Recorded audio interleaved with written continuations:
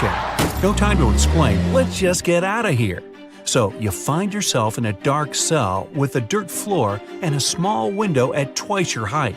There's no food or water, but there's a shovel. Why did they leave the shovel? Don't ask me, I don't know. Just be happy you have it. However, you can't dig your way out because the walls go a long way underground. So, how do you get out?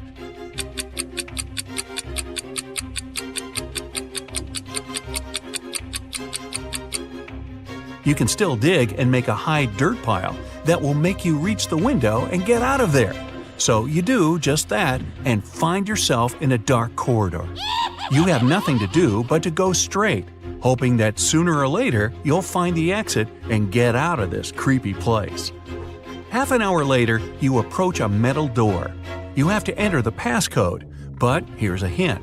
Berlin, 600. Paris, 400. London, 600. Rome, 200. Toronto, what's the passcode?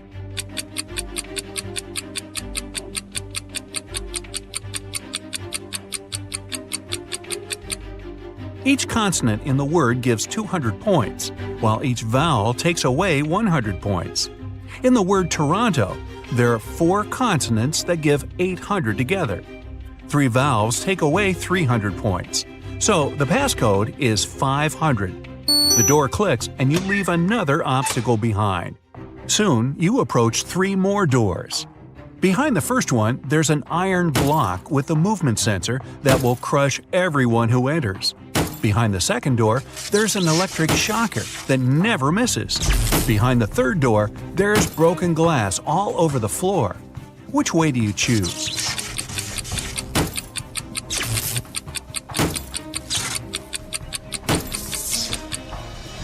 You picked the third door, obviously. You're wearing some boots, right? So, walking on the glass is definitely not going to be too hard of a task. You follow the tunnel till you reach the next room. As you step in there, a metal cage falls down from the ceiling and traps you inside. However, there are 3 buttons there. The red button will open the cage, but it'll also open a door with a hungry lion. The blue button will fill the cage with water for 10 minutes, and only then will it open the door. However, keep in mind that people can only live 7 minutes without oxygen. The green button will set the room on fire, but will open the cage door in 5 minutes. Which one do you choose?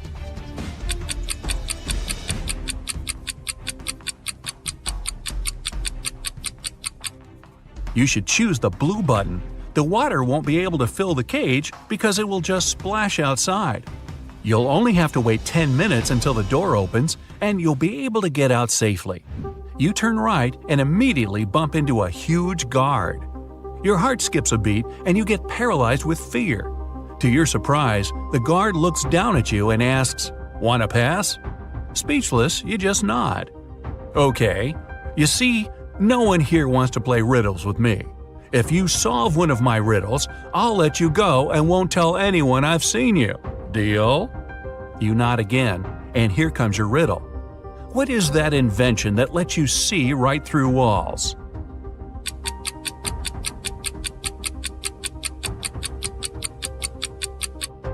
That's a window, of course. The guard smiles and says, "Beware of the vampires." Then he moves aside, letting you go. Wow, that was close. And vampires? This gives you chills, but you have to keep moving and get out. And again, another door that requires a passcode. Can you crack it? There's a hint again. You should continue the sequence. OTTFFSSENT.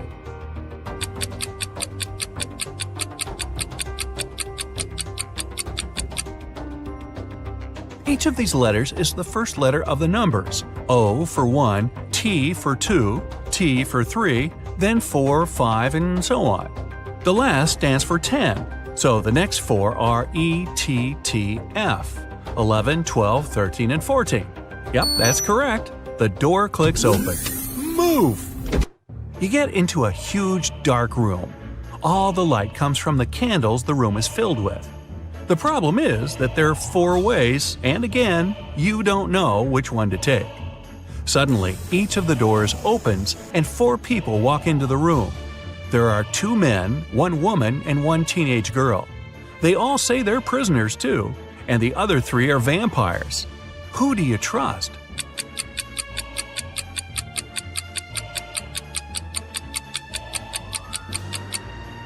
You should trust the second man. He's the only one who casts a shadow from the light of the candles.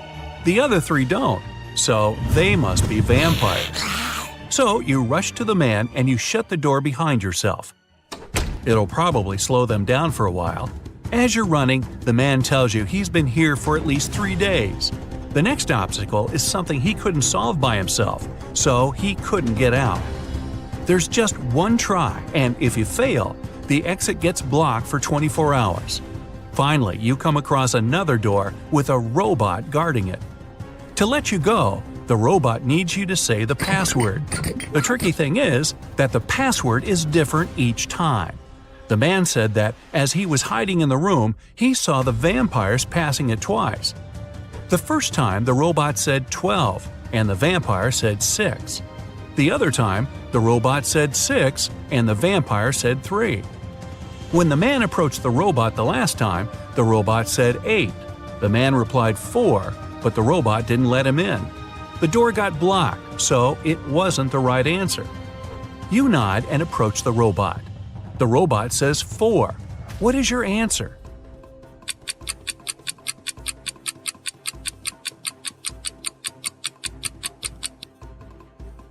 The answer is 4.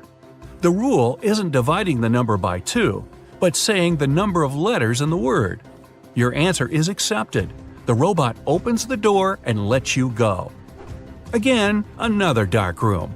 But as you step into it, you get surrounded by 8 hungry dogs. In the middle, there's a meat cake standing so high on the table that the dogs can't reach it. To calm them down and make them your friends before they make you their dinner, you have to feed them the cake. But here's a tricky thing. The knife is magical and can only make 3 cuts. After 3 cuts, it disappears. Your task is to divide the cake into 8 equal pieces with these 3 cuts. How can you manage that?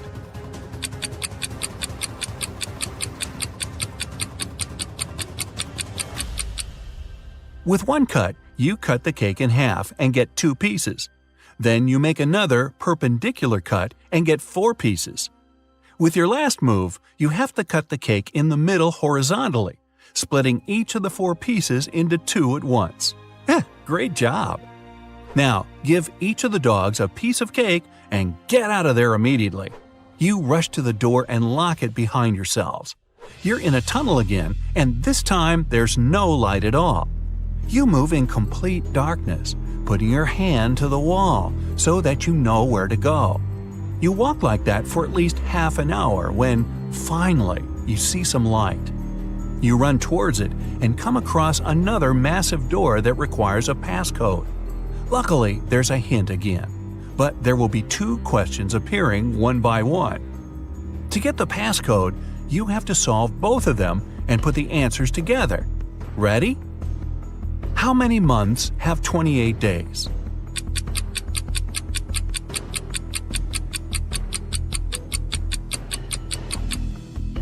All 12 of them, obviously. Okay, next one. Here's the sequence of letters. S, M, H, D, W. What are the other 2 letters?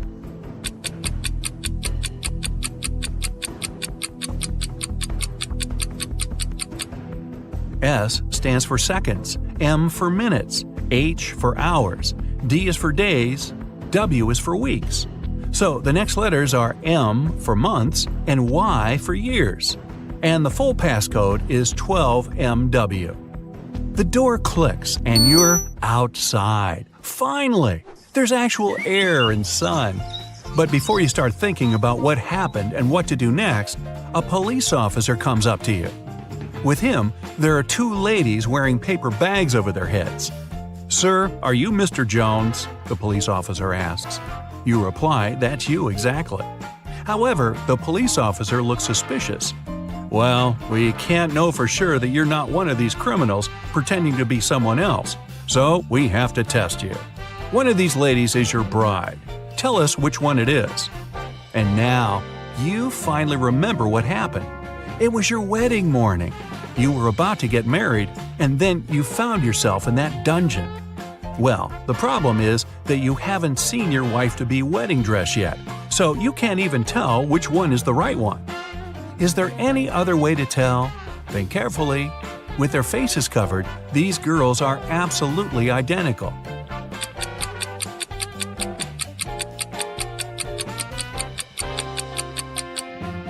You didn't need much time. You notice that one of the girls is wearing a wedding ring already. However, you and your bride aren't married yet, so she's not supposed to have one. And the one who doesn't have it is yours. Congratulations!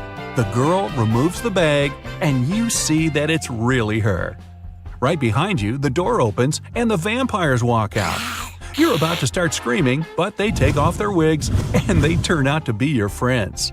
So, was it all a prank? Well, yeah, it was. But don't be mad. You had fun, right? Well, most of the time.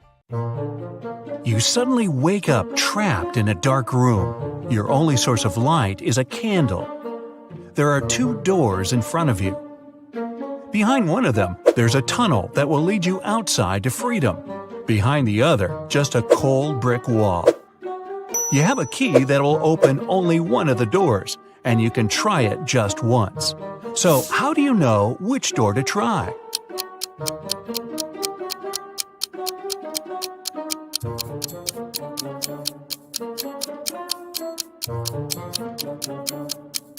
Hold the candle up to each keyhole. The flame will move near the door that leads outside.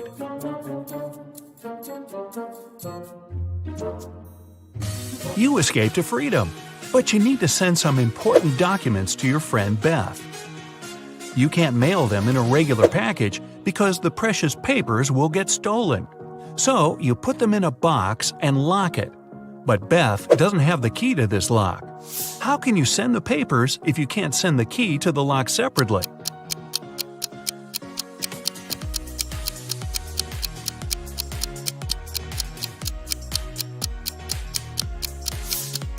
First, send the locked box to Beth. She'll attach her own lock and send the box back to you. Then, remove your own lock and send the package again. Beth can then remove her lock and finally open the package. Bad news. You get a call one morning from Beth.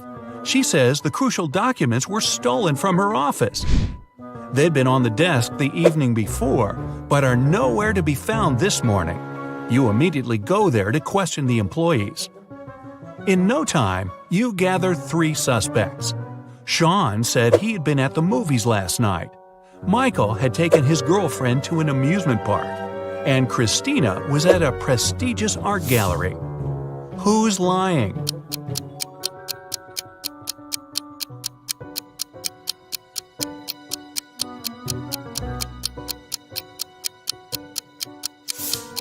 Sean. His movie ticket isn't torn. Having been caught red-handed, Sean makes a break for it. He hops in his car and drives away. Law enforcement are on the lookout. Sean sees a police car right ahead of him and starts driving toward it. Why would he do that?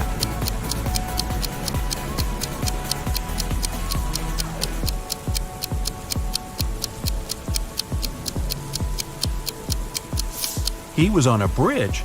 He needed to go toward the patrol car to get to the other side and make his escape. No such luck for poor Sean. He gets caught and locked up.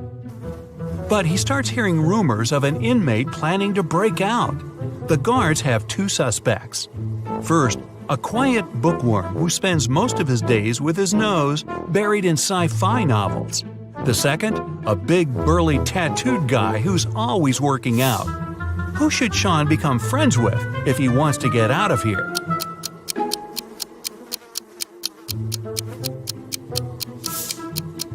The bookworm. Look closer, and you'll see his bookmark is actually a file. On Friday afternoon, the owner of that same prestigious art gallery discovered that 4 of the most famous artists' self-portraits had been stolen during an exhibition. The police show up to do an investigation, and now they have 3 suspects. Sarah, the artist, said she disappeared into one of the studios to paint. John, the security guard, explained he was just waiting outside and had no idea the portraits were gone. Daniel, the caterer, stated he was at a nearby store picking up extra napkins when the robbery took place. So, who's the thief?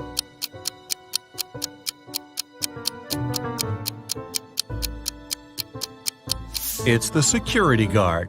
He couldn't have known the stolen paintings were portraits if he was standing outside. As fate would have it, there was another incident that night. Michael, who never really liked what passed for art in modern times, rushed into the gallery and caused millions of dollars worth of damage to several paintings. Yet the gallery's owner thanked him for his actions. How come?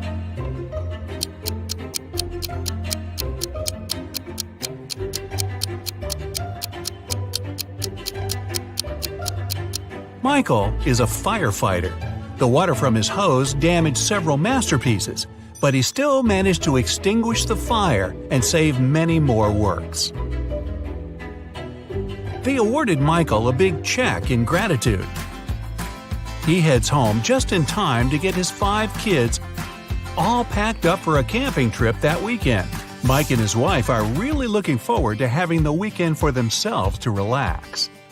But when they woke up on Saturday, they discovered the check was missing from their safe. Once the officers showed up, they interviewed the 3 people who were in the house that morning. The chef said he was in the kitchen getting school lunches packed.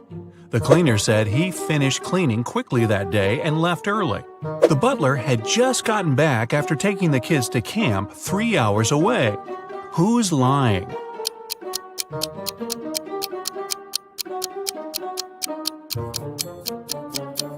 It's the chef. It's Saturday, so there's no school, and the kids have gone camping.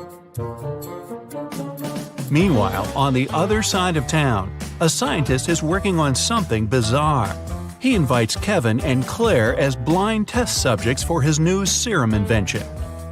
He gives them each a glass of ice-cold lemonade.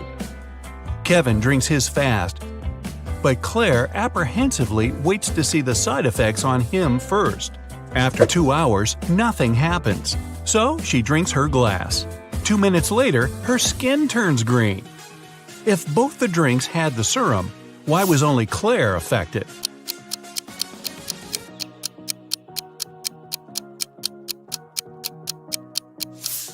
The serum was in the ice. Since Kevin drank his fast, none of it got in the lemonade. Claire runs out of the lab in horror. She gets in her car and speeds off. As she's driving down a long, empty road, one of her tires pops off. Good thing she has a spare in the trunk. But here's the problem. She now has no lug nuts to put the spare on with. So what should Claire do?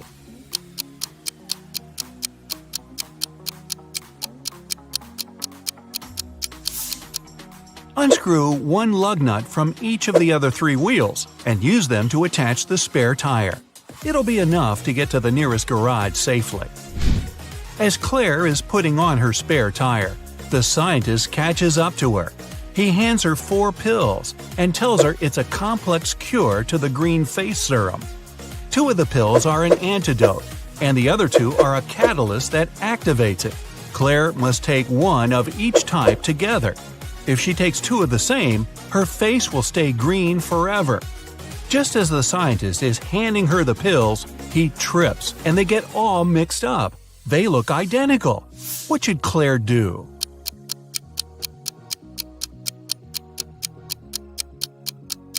Grind the tablets up, mix all the powder together, and divide it in 2 parts.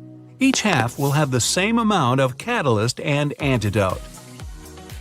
It worked, and just in time. Whew!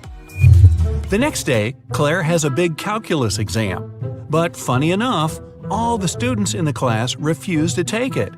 Professor Miller can expel only 1 student for skipping the test. all of them know each other's names. If a student knows they'll be expelled, they agree to take the test. How can the professor make all the students take it?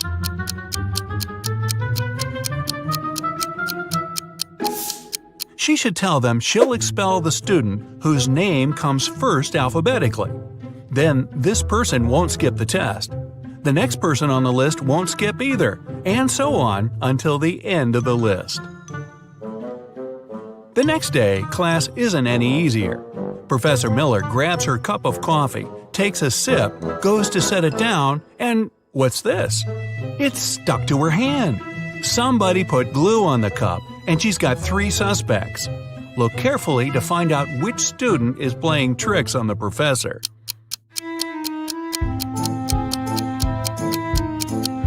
Sure, the first student has an awfully guilt-ridden look on his face, and the second student's smile looks just like pride for a job well done.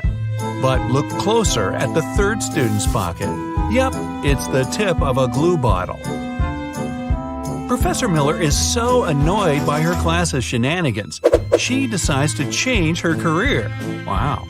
She opens a shoe factory. She's so successful that she builds a second one in another city.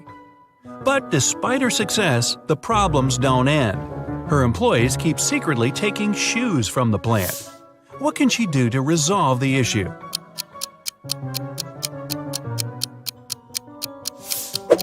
Have one of her factories start making only left shoes and the other only right ones. One of those shoe swipers is driving a semi-truck full of shoes to sell for a profit. He comes to a tunnel, and there's a major problem. His truck is just an inch too tall. But he can still drive through the tunnel. How?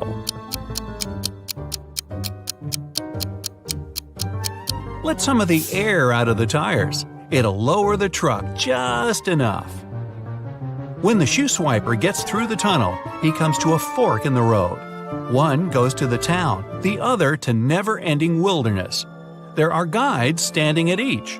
The catch? One always tells the truth, the other always lies. The driver doesn't know who's who, and he's only allowed one question. What should he ask to find out which road goes to town?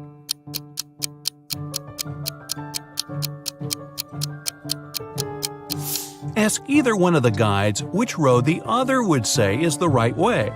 Then he must choose the opposite. The truth teller knows the other will lie, so they'll point the driver toward the road to nowhere. If he asks the liar, they'll know the other guard would honestly point him toward the town, so they'll again recommend the road to nowhere.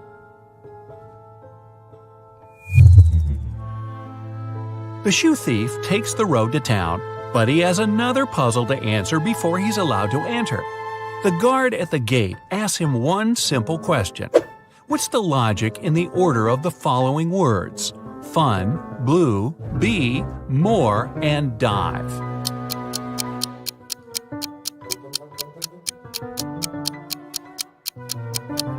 Every word rhymes with its number on the list. Fun 1, blue 2, bee 3, and so on. The shoe swiper finally settles down in this new town. Too bad for him, he can only use a payphone to make calls. One day, the phone breaks. He informs the phone company, but they do nothing. He tries again the next day. Same result. The third time, he finally gets them to come out and fix the phone. So, what did he say?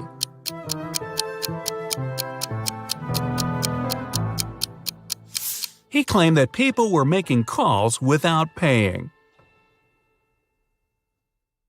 4 friends were hiking in the mountains. At lunchtime, it started pouring down. The friends hid in a cave. They decided to 4 friends were hiking from the entrance to protect themselves from the chilly wind. When they were already deep in the cave, Amelia discovered she'd lost her phone. The girl asked her friends to go and look for her gadget, and she was going to stay there and start a fire. In a half an hour, the guys were back. James said he hadn't noticed a lake in the dark and had fallen into it. Oliver told her he had seen some bats, got terribly scared, and rushed back. And Ethan nearly got lost. I'm so happy I made it back to you. Which guy behaved suspiciously?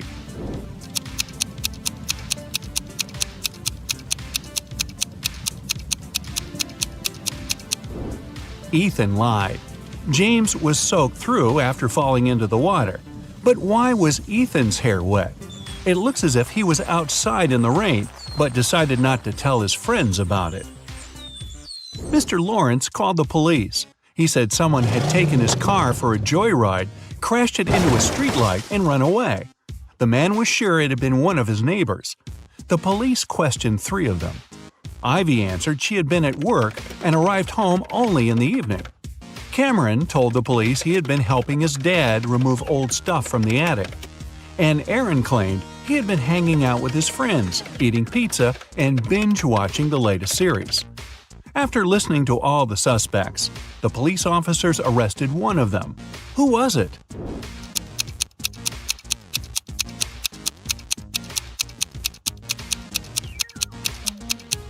It was Cameron. There's no attic in his house. He invented the whole story. Jackson was going to marry the love of his life, Liza. But one day before the wedding, his fiancée disappeared. Her room was a mess. On her bed, Jackson found a note with several hastily written numbers, 5509-710. Jackson knew 3 other guys were in love with his wife-to-be. Jaden was a landscape designer and often sent Liza beautiful flowers. Luke owned a gas station and usually tanked up the girl's car for free. And Asher was a hairstylist and helped Liza with her hair. All of these guys wouldn't be above taking the girl away to prevent her from marrying Jackson. But just one of them was actually guilty. Who?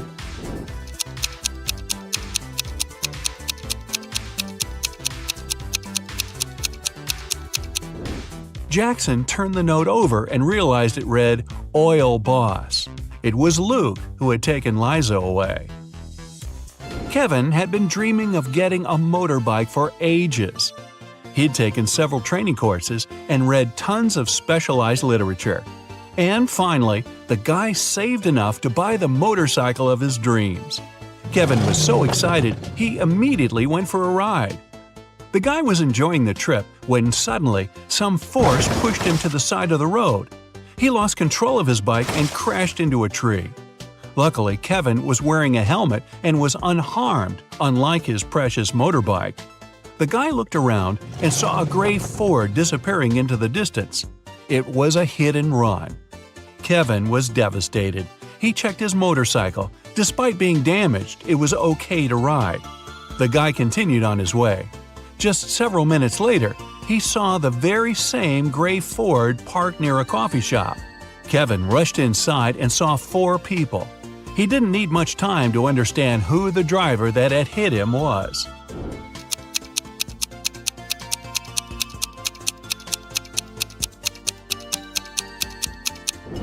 It's the man standing near the counter. The rest of the visitors are already eating. He's the only one still choosing what to order. Naomi invited her friends to a pajama party at her house where she lived with her parents and an older brother. The only thing she told the girls was, "Don't enter my brother's room. Mark loves playing tricks on people, and once you're in there, you might not be able to get out." They had been eating, gossiping, and watching viral TikTok videos until one of Naomi's friends asked, "Wait, where's Rebecca?" What the girls didn't know was that Rebecca went to the kitchen to drink some water. But she got lost and ended up in Mark's room. The door closed behind her back, and try as she might, it wouldn't open. That's when the girl noticed a password lock with letters on it. At a loss, Rebecca looked around. Was that a piece of paper on the table? She picked it up and saw 5 numbers on it. 37692.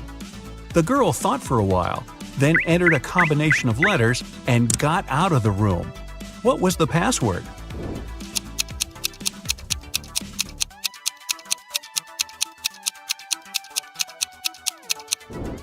The code was the first letters of the 5 numbers, TSSNT. Claire's the best student in her class. She's also friendly and kind. Her classmates love her nice character and how she always finds a way to help them at the tests. This time, though, it's going to be tough. There will be new rules during their upcoming math exam. There won't be anyone at school except for the students and several teachers. The library, cafeteria, and gym will be closed. Students will have to leave their phones in a special locker. It won't be allowed to talk whatsoever. If students need to go to the bathroom, they'll have to do it one by one. And the teacher will check the bathroom after each student, even the toilet paper. Claire's classmates are devastated. They know they're going to fail the test. "Don't worry," the girl says, "I've got an idea." When the kids get their exam results, they see the highest marks. Their teacher knows the students cheated, but how?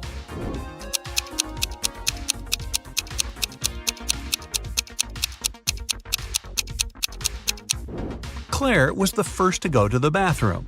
She wrote the correct answers on the steamy mirror with her finger, and her classmates could read the answers by breathing on the mirror. The little cheaters.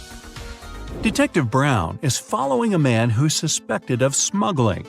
Suddenly, the man speeds up and disappears around the corner. The detective runs after him, but there's no sign of the man. The only place where the suspect could hide is a beauty salon. Brown rushes inside and sees 3 women, but he knows for sure one of them must be the man he's looking for. Which one?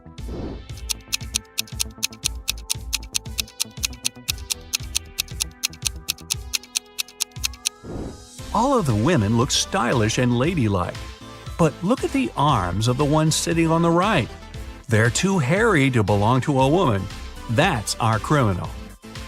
An expensive ring went missing from a jewelry store on the first floor of a large shopping mall. The manager called the police. After watching the CCTV camera footage, they had 3 suspects: a student, a woman with a 10-year-old daughter, and an elderly man. The student said he had agreed to meet with his friend next to the jewelry store. "I didn't even set foot inside." The woman was furious. "I was at the movies with my daughter here in the mall when everything happened." The elderly man said, "Yes, I did enter the store. I felt unwell and asked for a glass of water, but I didn't take the ring." Who's lying?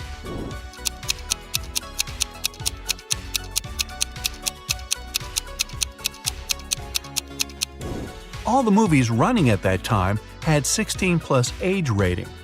The woman wouldn't be able to watch any of them with her young daughter. Vicky's friends knew the girl loved all kinds of riddles and puzzles. Once, they decided to play a trick on her. While she was sleeping, they moved her to the attic and left her there with nothing but a note, a pen, and a flashlight. When Vicky woke up, she found herself in a dark room with no windows, a locked door, and a table with a piece of paper on it. The note said, "Crack this riddle, write down the answer, and slip it under the door. If it's correct, you'll be set free. M1Y L1I1F1E." Vicky was a smart girl. She didn't need much time to find the answer to the riddle. Do you know it?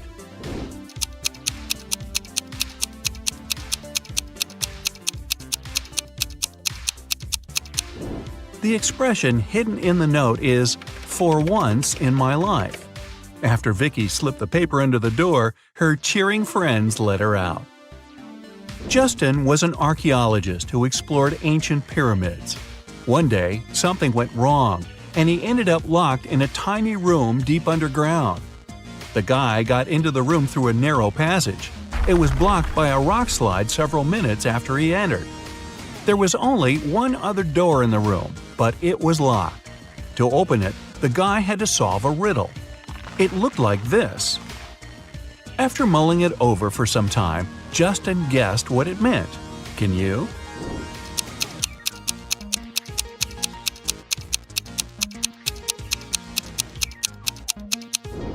The answer is try to understand. One day, a public library made a strange announcement. Each member could borrow as many books as they wanted. They also didn't have to return them for the next half a year. Why?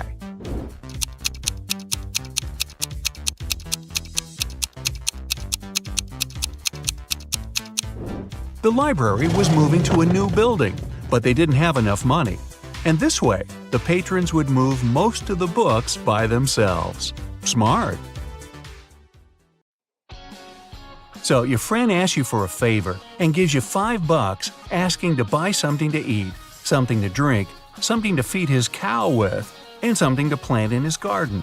At the same time, you're allowed to buy just one thing. What are you going to buy?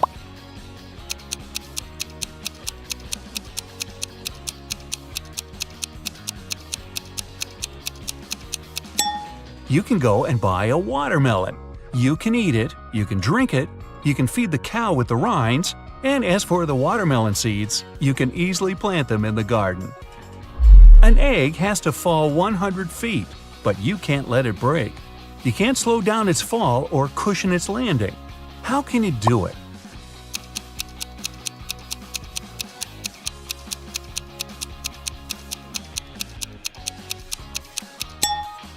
Drop the egg from a height greater than 100 feet, and it won't break for the first 100 feet. Ha! Cracks me up.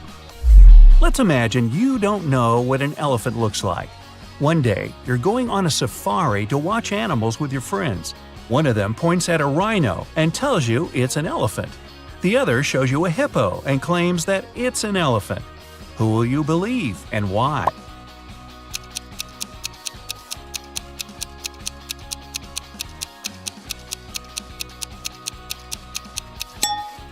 The task was to imagine that you didn't know what an elephant looked like, not that you didn't know what a hippo and a rhino are. It means you won't believe either of your friends. It's fitness day at school, and all the children ran the same distance. Each kid was ranked according to his or her own unique result. Billy turned out to be both the 50th fastest and the 50th slowest runner. How many kids are there at Billy's school?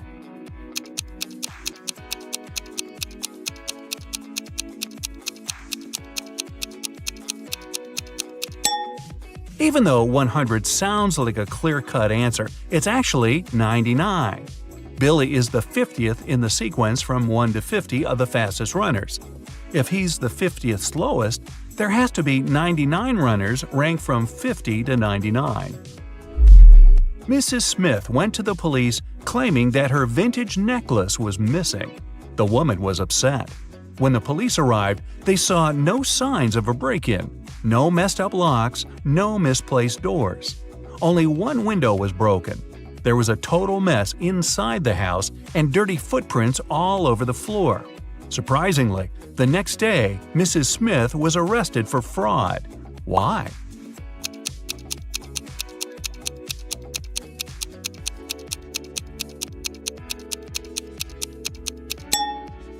The police were sure that Mrs. Smith lied to them because the window was broken from the inside.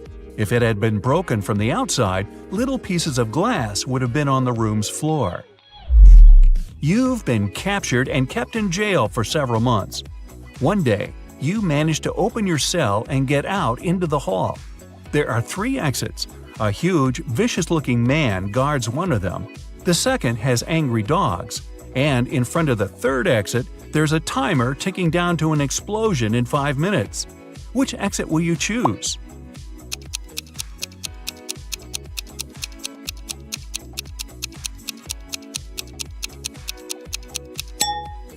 Wait until the explosion is over and get out through the 3rd exit. Bill and Joe have had an argument about human body capabilities and made a deal. Bill would go to Antarctica and Joe would travel to the Sahara Desert, where they'll both try to survive for 3 days without any shelter and clothes, but with plenty of food and water. Who has the better chances of survival?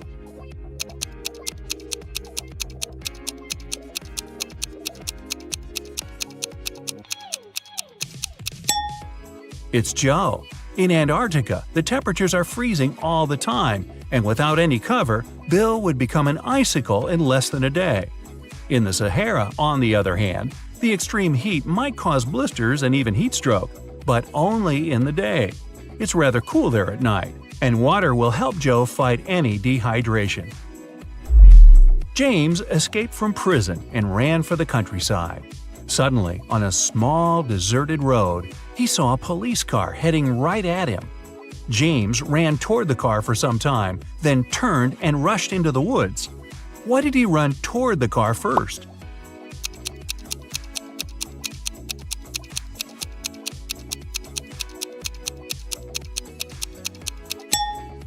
James was in the middle of a bridge when he saw the car. He had to run toward the vehicle to get off the bridge. Newlyweds left for their honeymoon and asked their neighbor to look after their house. When they returned, the woman found out that she'd lost all her expensive jewelry because of a power outage. The woman had hidden her jewelry in a supposedly safe place. The house wasn't robbed. The neighbor was an honest person. The jewelry got lost on accident. What happened?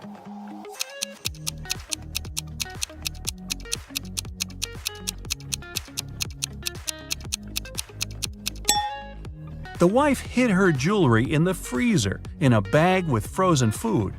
After the power failure, all the food spoiled. The kind-hearted neighbor decided to help and threw away all the bad food, together with the jewelry. On a sunny, windless day, a ship was in the harbor. There were many people on the shore looking at the vessel. Suddenly, the ship started to sink fast. There was nothing wrong with it, there was no storm, and the skies were blue. And yet, the ship went down in front of the spectators. What happened?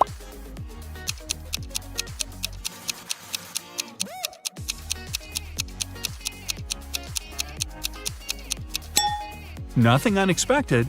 The submarine's captain just ordered the crew to dive. You're playing ping pong when your last ball falls into a 1-foot-deep narrow metal pipe embedded in the concrete floor. How can you get the ball out of the pipe if all you have is your paddle, a bottle of water, and your shoelaces?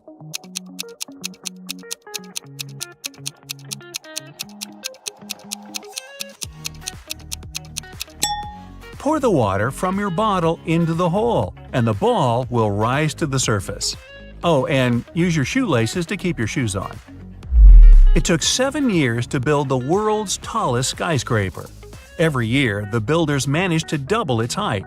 How many years did it take the skyscraper to reach half its maximum height?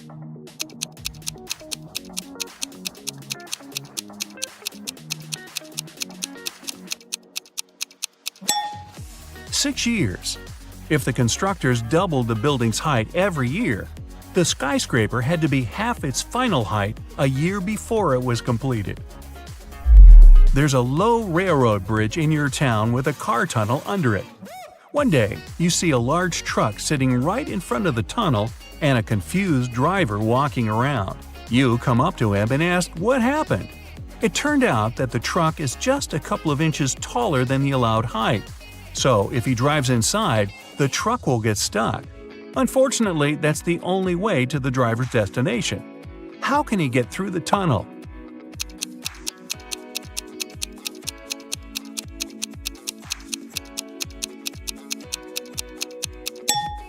He has to let the air out of the tires. It'll make the truck lower. Lucy could only use a public telephone to make calls. One day, the phone broke. She informed the phone company, but they did nothing. The next day, she came there again and said something. The day after that, the phone was fixed. What did Lucy say?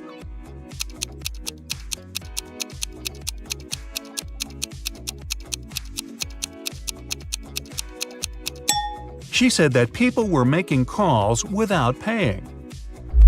A family lived in a round hut. There were 5 people, a mother, a father, and their 3 sons.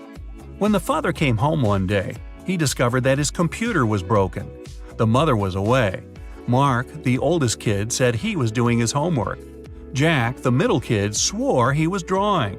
And Tom, the youngest, told father that mom had punished him and so he was standing in a corner. Who broke the computer?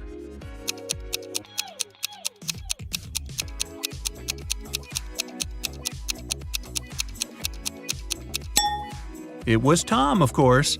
A round house doesn't have any corners.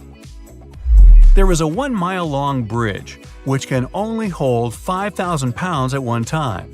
That's exactly the weight of the truck that's crossing it. The truck reaches the middle of the bridge and stops. Suddenly, a bird lands on the truck. Is the bridge going to collapse?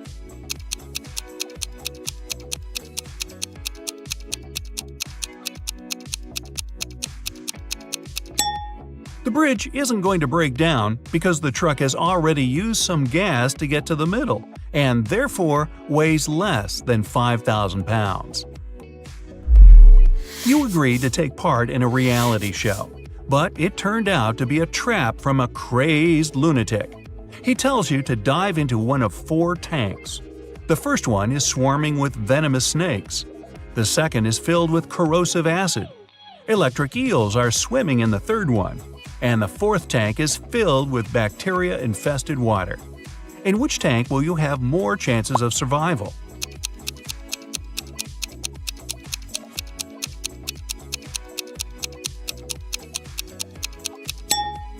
Choose the tank with the bacteria. First of all, not all bacteria are harmful, and secondly, not all of them are contagious. Good luck with that. Mark got himself a new book to read. The plot was so exciting that he couldn't stop and kept reading the story until late at night. He didn't turn on the lights when it was pitch dark and there was no one to do it for him. But he still managed to read the book till the end that night. How is that possible?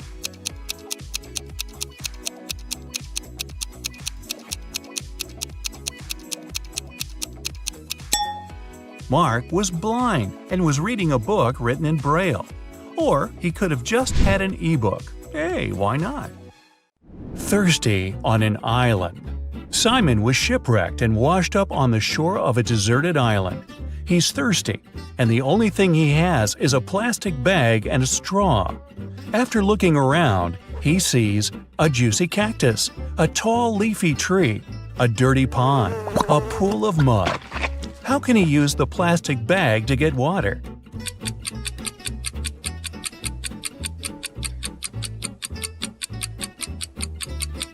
He can't use the cactus. It can be toxic, and without a sharp tool to reach the pulp, the plastic bag is useless.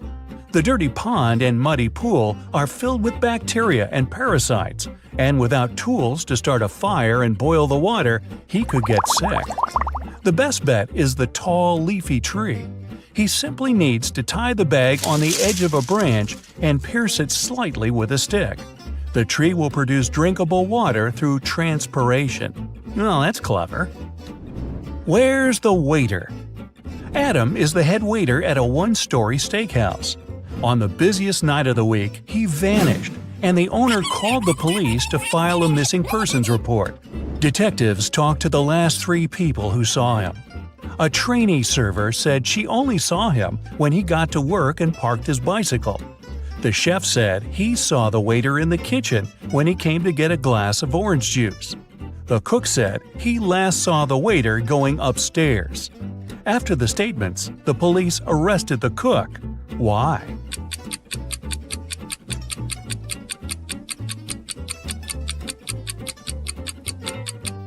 This was a one-story restaurant. He couldn't have gone upstairs. Spilling the tea. Susie went to study for her university exam at a coffee shop. She ordered a white tea and sat down. 10 minutes later, she got up to go to the bathroom. When she returned, her laptop wouldn't turn on and her teacup was empty. Someone had spilled the tea on her computer and cleaned it up. She called the manager, told him what happened, and they came up with 3 suspects. The barista said he had been swamped and didn't see anything. The supervisor said he was sorry that the milky tea spilled on the computer, and he could see if insurance would cover the cost. The head barista said he was sorry the milky tea spilled on her laptop, and he'd make her another one while they waited for the police to arrive. Immediately, the store manager knew who did it.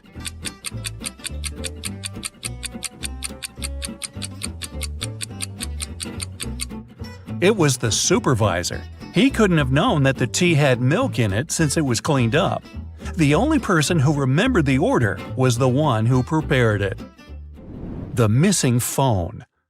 We're at the coffee shop again. This time, Stewart forgot his phone on the table when he left. But once he realized and came back, his phone was gone. He saw a guy running outside the store, and Stewart chased him. When he caught him, Stewart said, "I've lost my device. Did you take it by accident?" The man replied, "I have no idea where your phone is, sir. I was just grabbing coffee." Stewart immediately called the police. Why?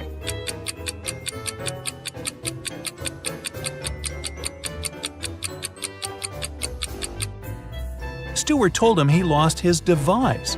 That could have been anything from a smartwatch to a camera or something else. The guy couldn't have known it was a phone unless he took it. Where did the baker go? The Cupcakes Den is a local shop that became famous for its tasty, well, you guessed it, cupcakes. On Monday morning, the head baker vanished, and the shop couldn't deliver the 200 cupcakes they had promised for a birthday party. The owner called the police, and they had 3 suspects in their custody. The helper said he had gone out to buy more frosting, but when he returned, the baker was gone. The waiter said he had been cleaning the shop of the massive mess from making the 200 cupcakes. The manager said he was meeting with a new supplier to get more beef jerky at the shop. The detectives knew who was lying. Can you guess it?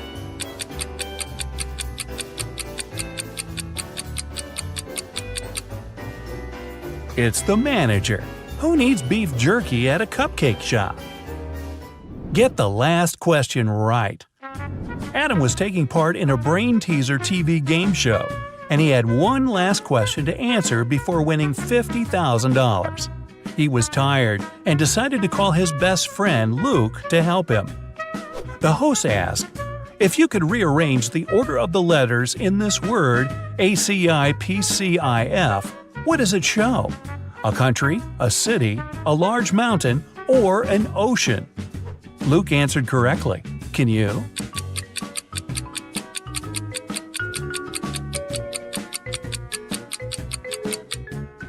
An ocean. If you unscramble the word, it shows Pacific. Where's he hiding? Martin vanished one morning, and his family called the police. Detectives searched everywhere and questioned 15 people, but none of them gave any untruthful answers. His son Jake found a letter from his dad saying, "If you love me, you'll find me." He went to his father's office to see if he could find any clues. He was looking around the room and immediately knew where his father was hiding. Can you guess it?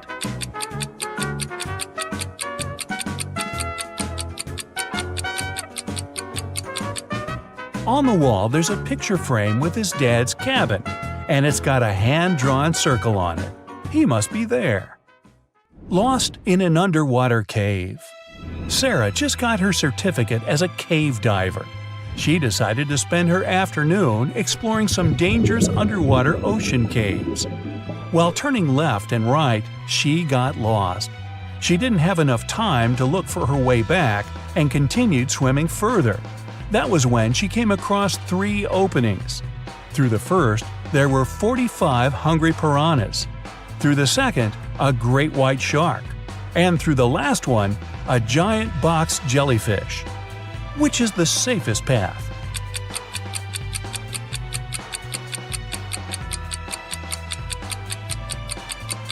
The first one. Piranhas are freshwater fish. They can't survive in salt water. The van. Susan was outside watering her plants when she noticed 3 people dressed in black clothing carrying electronic devices from her neighbor's home. She asked them what they were doing, and they said they were from a moving company. Immediately, Susan called the police. Why?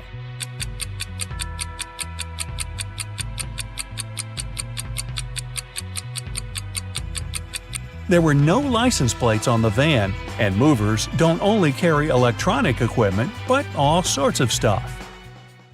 The prison escape. One morning, Detective Smith was called into a maximum security prison to discover how 3 men had managed to escape from their cells. The prisoners could neither see nor talk to each other, but they arranged their escape together. They went to the shower room at breakfast, lunch, and dinner, and only one person was allowed in at different periods. How did they manage to communicate and escape?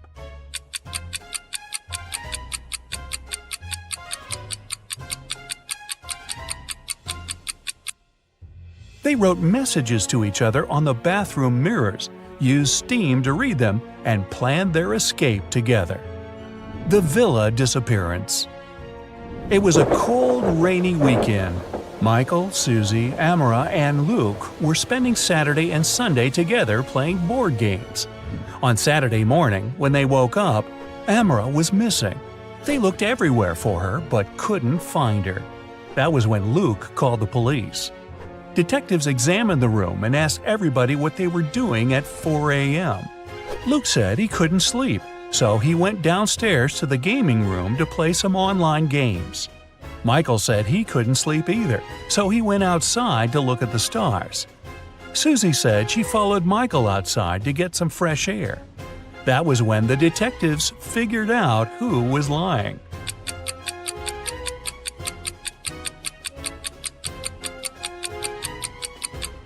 Michael and Susie. It was a rainy weekend, remember? The cursed photo. Alan was on his final stretch to becoming a detective. He passed a bunch of assessments until he reached the last one. This was where his attention to detail skills would be tested. The chief of police handed Alan a photo. He told him, "This is Michael. He's having a birthday party. But something in this photo is very eerie." Alan spotted it in 2 seconds. Can you?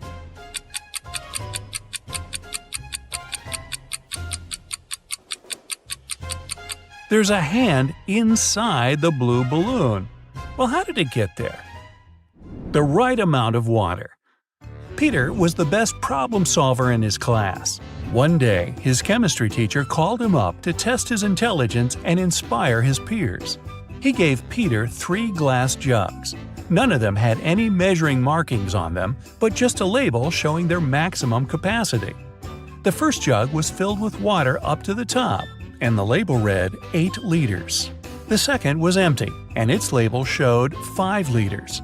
The third was also empty, with a maximum capacity of 3 liters. The teacher told Peter to arrange the liquid so that only 2 liters remained in one glass jug without using any measuring tools. Peter figured out how to do it in 4 seconds.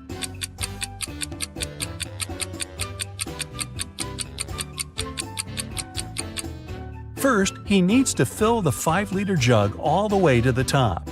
Then he needs to pour the water from the 5-liter jug into the 3-liter jar until it's full. What remains in the 5-liter jug is 2 liters. The treasure coin. An archaeologist spent the past year looking for a lost ancient treasure. As he was digging, he found one ancient gold coin. He took it to his museum. When his colleagues carefully cleaned the coin and took a closer look, they refused to accept it. Why?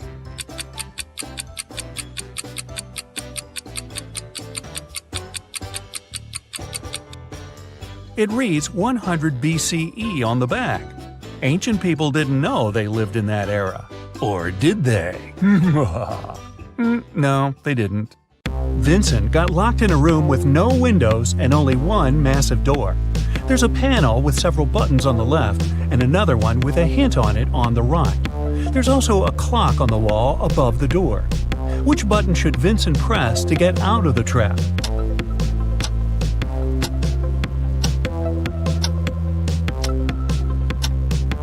The green triangle.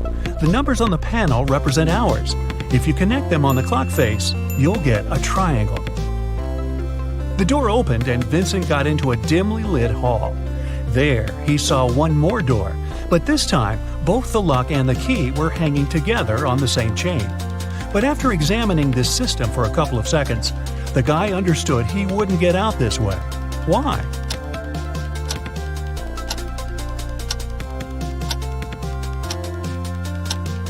The key has a different pattern. It won't fit in the lock. Vincent needs to look for another way to escape. Then Vincent notices a table standing in a dark corner. There's a piece of paper, a knife, and several inflated balloons lying on it. Vincent picks up the paper. It's a note. To get out of here, you must puncture a balloon with a knife. But if the balloon loses any air or bursts, you'll stay here forever." Vincent thought for a while, then he did something and a hidden door opened in one of the walls. What did he do?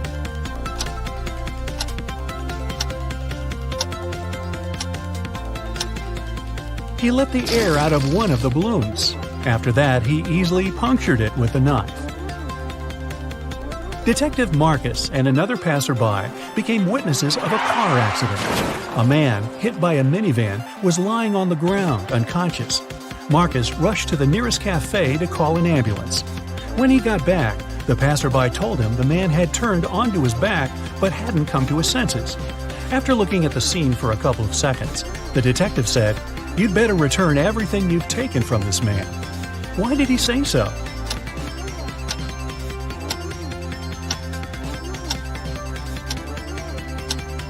When they saw the man first, only one button was buttoned on his suit jacket, but now it's already 2 buttons. The passerby must have opened his jacket to look for the wallet and then buttoned it up incorrectly. Look at this picture and try to figure out who is an alien in disguise.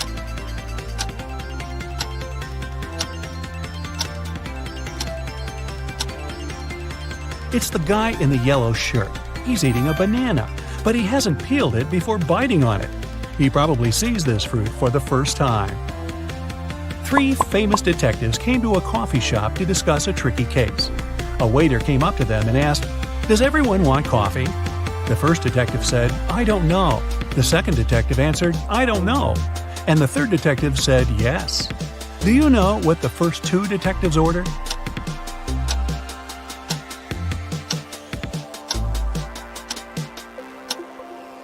All the detectives ordered coffee. Each of them wanted to have this drink, but the first 2 couldn't know if it would be everyone's choice.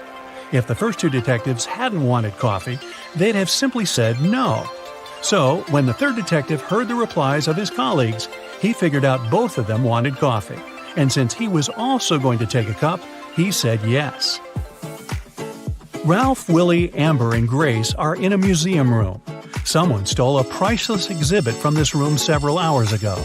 Ralph, Willie, and Amber claim they have nothing to do with the crime, but the detective doesn't believe them. They all get arrested and taken to the police station. Only Grace, who hasn't answered the question, is free to go. Why?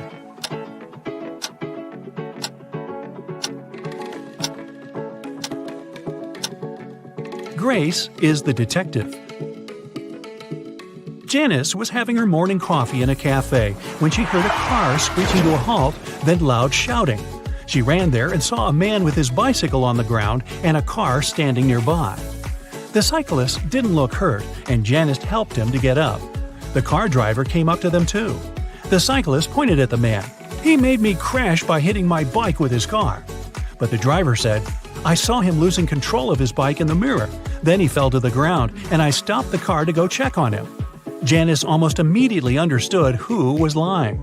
Have you figured it out?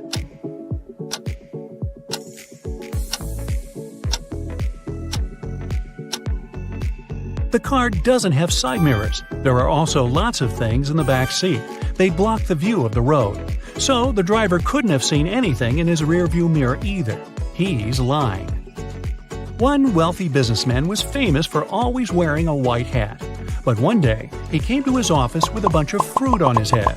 His employees were shocked, but they didn't dare to question the man. The situation repeated the next day. On the third day, the businessman's secretary plucked up all his courage and asked what was going on. The man answered, "That's because I lost a bet. I haven't fulfilled it yet, but I'll do it today. There's no need to order lunch for me." What did the businessman have to do to fulfill the bet?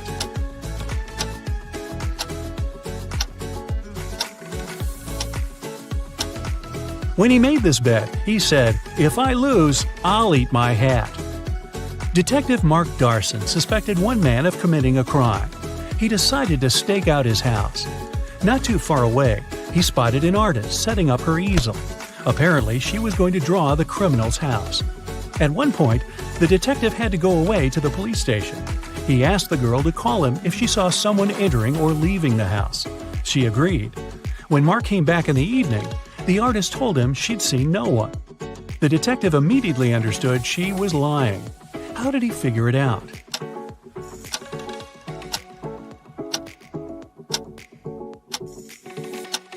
When he was leaving, all the windows in the house were closed.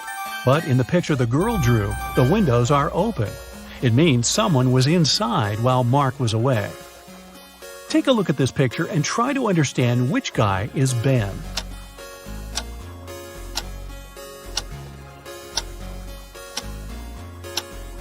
Ben is the guy looking for something on the floor. He's the only one not wearing his shoes. That's because they're still in his locker. You've got a sack filled with coffee beans. You need to use this coffee to completely fill 2 other sacks of the same size. How can you do it?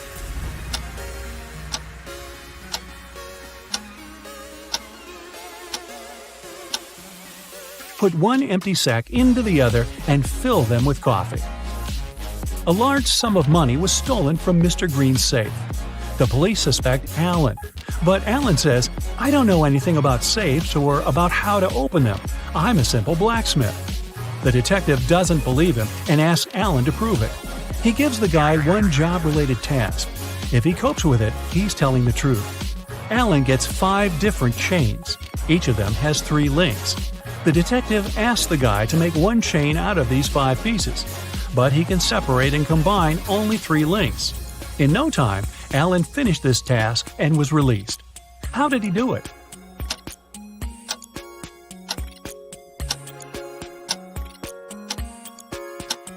Alan separated 3 links of one chain and used them to connect the remaining 4 chains.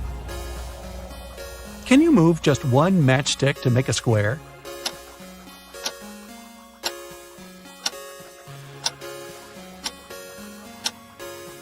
Pull this matchstick up a bit. Here's your perfect square. Mr. Bernard, a famous inventor, lived on the 6th floor of an apartment building. After long months of work, he finally created a time machine. He packed lots of food, water, and other necessary stuff and was ready to test his invention. He set the timer so that the machine took him 500 years back into the past. Mr. Bernard was about to press start when a thought came to his mind. He took the mechanism and carried it to his garage that was on the 1st floor. Why?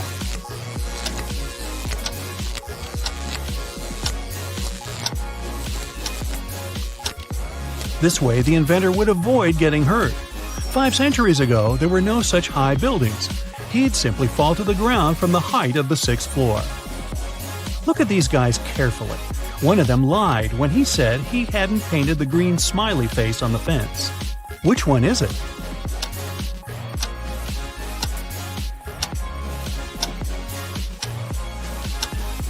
It's the guy on the left. Check out his left hand. Even though it's in his pocket, you can still spot some green paint he'd used. Bruce was walking along the beach when he found a glass bottle. The thing looked old, and the guy spent a long time trying to open it. Finally, he succeeded. To his shock, a genie rose from the bottle. "I'll fulfill your 3 wishes, but you aren't allowed to wish for more wishes." Bruce agreed, but still managed to get more wishes. How did he do it?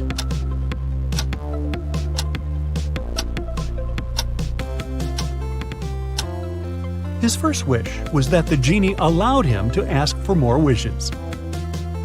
Several birds landed on trees, one bird for one tree. But in this case, one of them didn't have a tree of its own. Then they regrouped, with 2 birds sitting on one tree. After this, one tree was left free. How many birds and trees are there?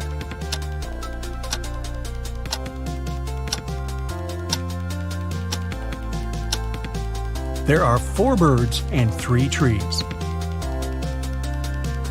Detective Hall, one of the agency's most talented detectives, used his coded key and entered the apartment where the secret documents were hidden.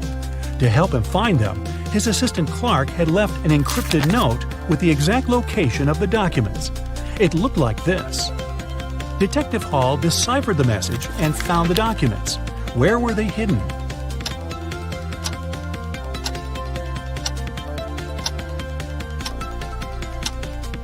The note says, "Under the carpet in the studio." The detective just read it backwards and ignored the spaces between the words. Uh-oh, Tommy was exploring old caves outside the city when he got trapped in a mysterious dungeon. There were 3 ways out, but only one of them was safe. Behind the first door, a fire was raging. Behind the second door, there was acid rain, which could melt any substance within seconds. Behind the third door, there was a huge brown bear that hadn't eaten for 2 years. Which way should Tommy choose?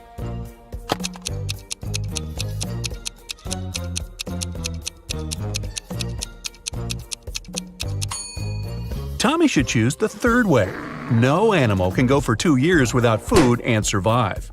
Barely. It was a stormy day, and it had been raining for several hours straight. A car accident happened in a tunnel. The yellow car crashed into the red one. The driver of the yellow car said it had been raining so heavily he hadn't seen anything, so the accident wasn't totally his fault. But the police asked the man to stop lying and claimed it was all his fault. Why?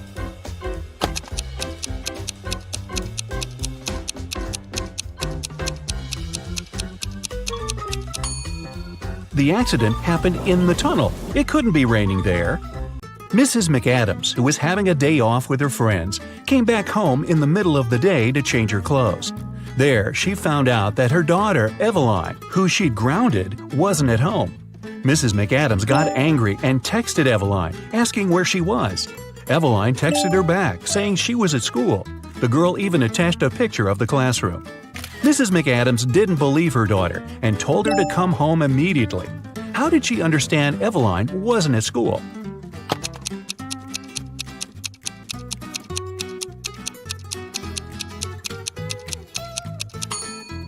Look closely at her cell phone.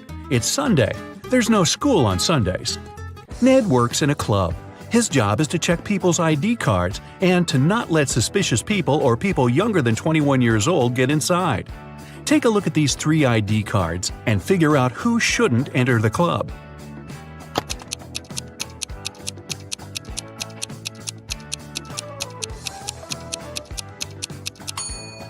The first person is already 21, and nothing else looks suspicious in his ID.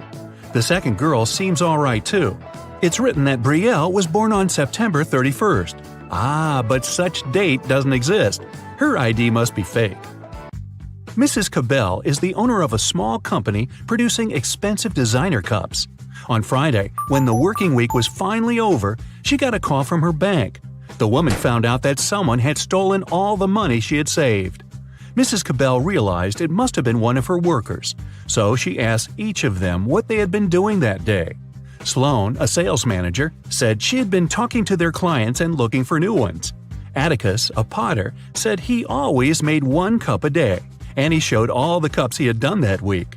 Sierra, a designer, said she had been working, but she also admitted she hadn't been really productive that day because of some family issues. Who lied?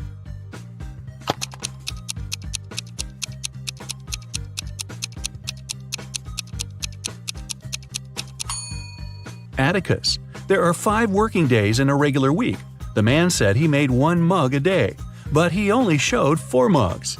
It means he missed 1 day of work. Lennox and Finn were friends living in the same college dorm. One day, Lennox reported that something had happened to his friend.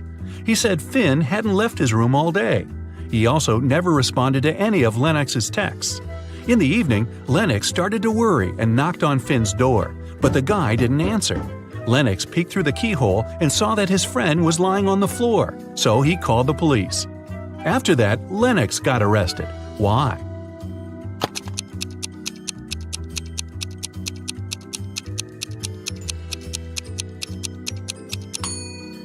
Lennox has a bandage on his right eye, but the keyhole is located in such a way that it's only possible to look inside with the right eye. It means the guy couldn't do it. He simply knew what had happened. Esme was having a walk in the forest and got lost. For about the 20th time. Hey, don't ask. Anyway, she found the witch's house, walked in, said hi, petted the cat, and asked the witch to show her the way home. But the witch had a problem. She was learning a new spell and accidentally did something strange to her chairs. On the bright side, she now had a riddle for Esme to solve. The witch had 20 chairs. Now, some of the chairs only had 2 legs, and half of the rest had no legs at all. How many legs did all these 20 chairs have in total?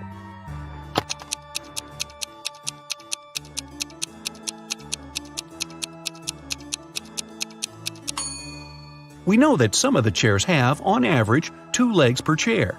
The rest of them have either 4 legs or no legs at all. And since half of the rest have no legs and the other half have 4, together they have 2 legs per chair. So there are exactly 40 legs. Mr. Tucker was a businessman. He wanted to find an interesting hobby to impress people. He chose art, even though he knew nothing about it. Still, he kept buying paintings and even owned a couple of famous masterpieces. He liked to invite his potential business partners over to show off his collection. One day, his guest was Miss Geneva Darby, a young lady who owned a jewelry business. As always, Mr. Tucker boasted about his collection, but Miss Darby wasn't impressed. Why?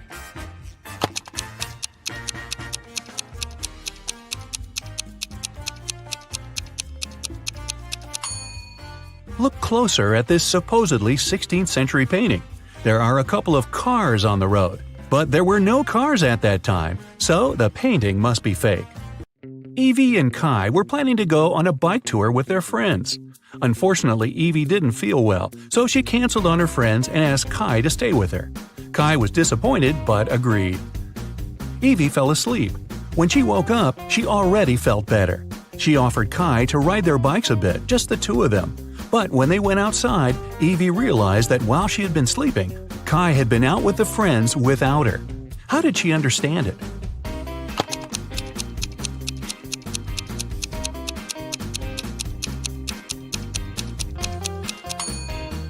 Look, Evie's bike is all wet. It must have been raining while she was asleep. But Kai's bike is dry.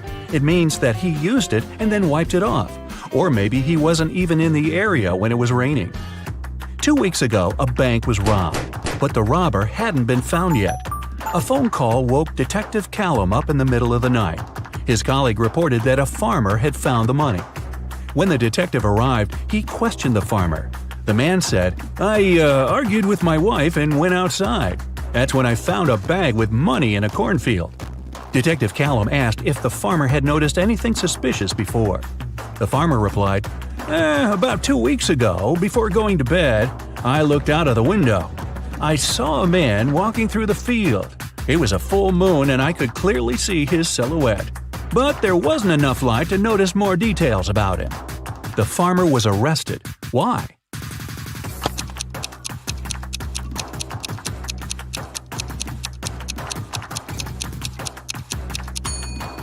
The farmer said it had been a full moon 2 weeks before. But it's impossible. As you see, it's a full moon now. The farmer is lying. But why? Ashley was hurrying to an unplanned business meeting. She asked her boyfriend, Dean, to walk the dog. Dean agreed. But then his friend called and invited him to play a new video game. So the guy decided to skip walking the dog that day and joined his friends.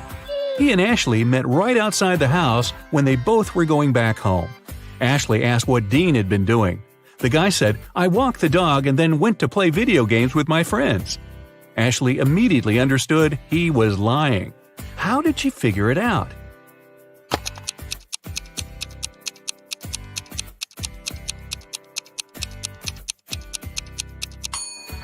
It's winter. Look at the footprints in the snow. There are Ashley's footprints going both ways and Dean's footprints going both ways too. But there are no dog footprints. Mrs. Rivers reported that someone had broken into her house. They stole all the money and jewelry she kept in her living room. Detective Callum arrived to investigate the crime. The room was a mess. It was obvious that someone had been looking for something there. But in the end, the detective concluded that there was no robbery. Mrs. Rivers made the whole thing up. Why did he decide so?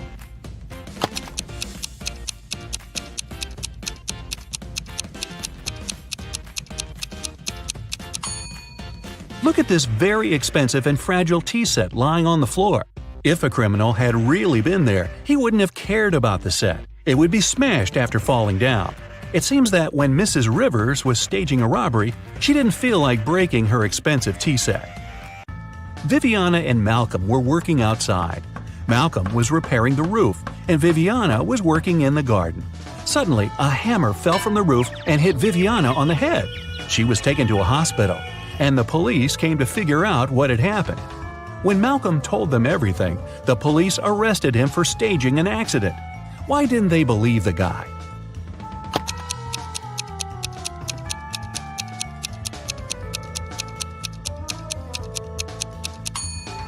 Viviana was working right next to the house. She was sitting under the roof. If the hammer had fallen accidentally, it would have slid down the roof and fallen behind the woman's back. It could hit her only if someone threw it at her on purpose. Well, that's not nice. Miss Harrelson called the police and reported that someone had broken into her house. When the officers arrived, they found the woman tied up to a chair. She said a man in a black mask had entered her house and tied her up so that she couldn't even move.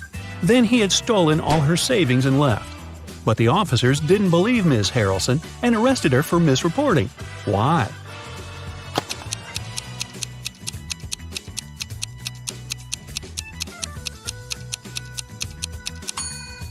If the woman couldn't move, how did she manage to call the police? It was Hazley's birthday. Her parents said that they had a present for her, but she had to find it first. To help the girl, they gave her a note that said, "Where should the girl look for her present?"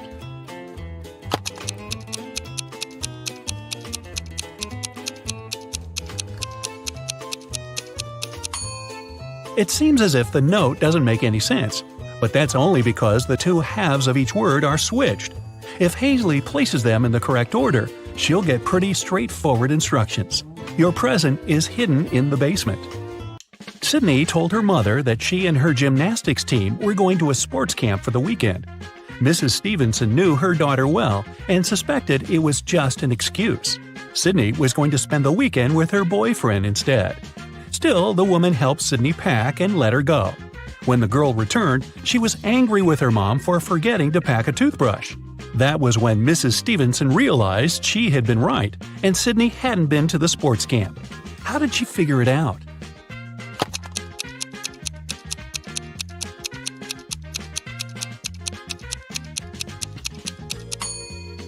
When she packed Sydney's things, she put the toothbrush in the bag with her gymnastics clothing. If her daughter had indeed been to the sports camp, she'd have opened the bag and found the toothbrush. But she didn't, which means she never used that bag. Look at these people who are doing their grocery shopping. One of them has stolen a watermelon. Can you tell who?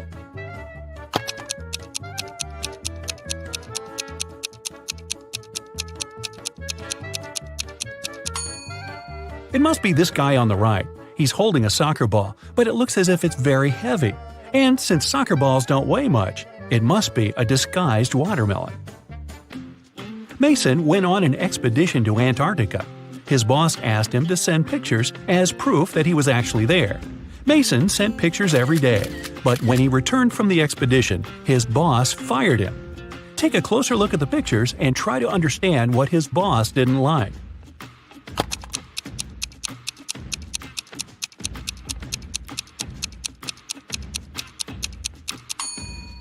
Mason was sent to Antarctica, but in some pictures, you can see palm trees. No wonder the boss realized the photos were photoshopped and Mason hadn't gone there at all. An old man had extremely poor vision. He was living with his son, Mark, because he needed assistance all the time. One day, the man was resting in his armchair while his son was preparing dinner. Suddenly, Mark heard glass shatter. The man ran into the room and saw that the window was broken. He asked what had happened. His father told him that some dark-eyed, dark-haired guy had thrown a stone into the window and shattered it. Then he ran away. But Mark didn't believe his father. Why?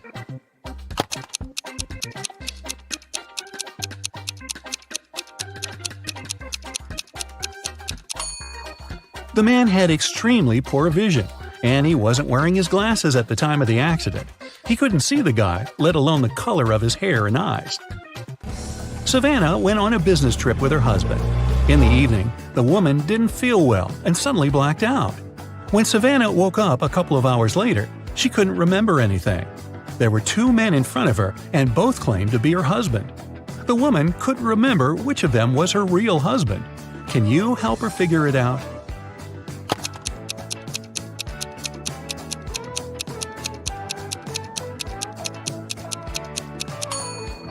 They went to a business meeting. That's why they are both dressed accordingly. The guy in a hoodie doesn't look formal, so her husband must be the other one, the man who's wearing a suit. Now, this girl, Susanna, can't remember who her husband is too. Can you help her?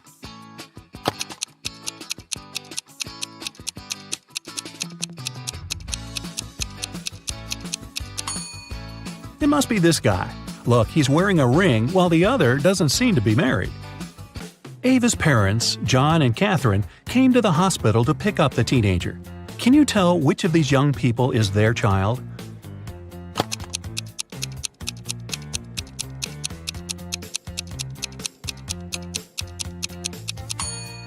It's this girl.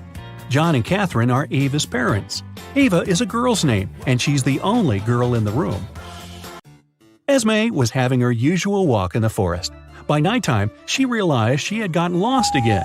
She was wandering around until she came across the witch's house. The girl petted the cat, greeted the witch, and asked the woman to send her home.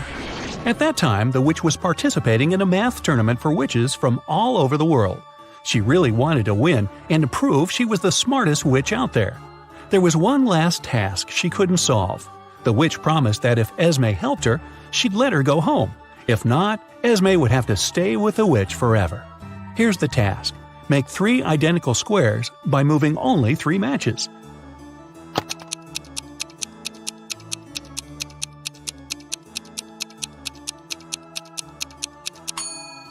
You just have to move these 3 matches over there. It works, and Esme can return home. Thor asked his friends to guess what his laptop's 3-digit password was. Each of them made a guess. The numbers they chose were 357, 902, 907, 954.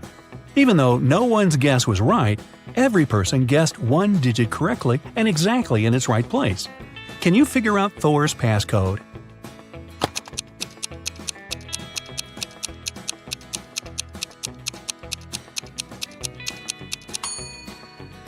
Since just one of them guessed 1 digit correctly, the first digit can't be 9. In this case, 3 people would have guessed it right, and there wouldn't be enough people to guess the third digit. The only other option for the first digit is 3, which means the second digit can't be 5 and the third one can't be 7. Since the second one can't be 5, then it's 0. 2 people guessed it correctly. And the third digit is 4. If it was 2, it would mean someone guessed 2 digits correctly, 0 and 2. But that's not true. So, Thor's code is 304. Students were divided into 2 teams to do one task.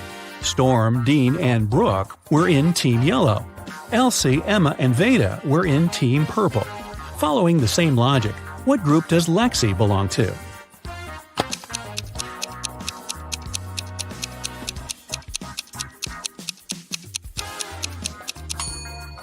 In Team Yellow, there are students whose names have just 1 syllable. In Team Purple, there are students with the names that consist of 2 syllables. Lexi's name has 2 syllables, so she belongs to Team Purple. Atlas got trapped in the attic of an old house. There are just 3 ways out, and all of them dangerous. Behind the first door, the roof and the floor are made out of magnifying glass, and the sun will burn anyone who comes in. Behind the second door, there's a room filled with poisonous gas, and the third door is hiding a hungry lion. How can Atlas escape?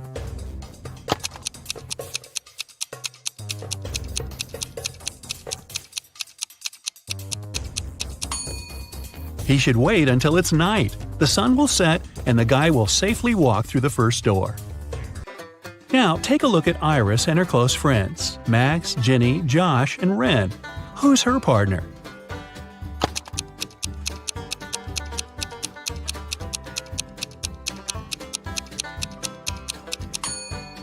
It must be Josh. Look, they have matching tattoos. On a rainy night, Dylan was driving past a bus stop. There were 3 people there: an elderly lady who was feeling unwell, a doctor who saved many lives, and Selena, a girl Dylan had been crushing on for years. Unfortunately, there was only room for 1 more person in the car. What should Dylan do?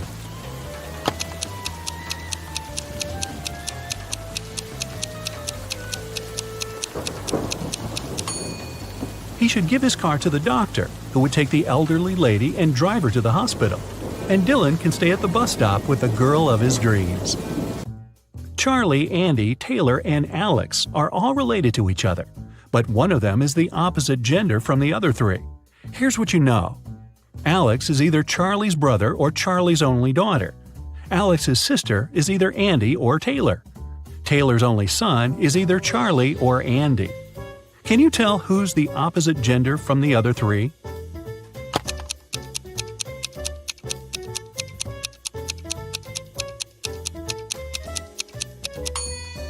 If Alex is Charlie's only daughter, then Alex cannot have a sister. It means that Alex is Charlie's brother. If Alex's sister is Andy, then Andy's a girl. And according to fact 3, Charlie is Taylor's only son. But Alex is Charlie's brother. So we have a contradiction here. It means that Alex's sister is Taylor. So Taylor's a girl. Charlie, Alex, and Taylor are siblings. And Andy is Taylor's son. Keenan was watching TV when a detective arrived with a search warrant. The detective said that the city bank had been robbed, and Keenan was the main suspect. The man replied that he hadn't even left the house that day. He couldn't do anything. The police didn't find the money, but still arrested the man. Why?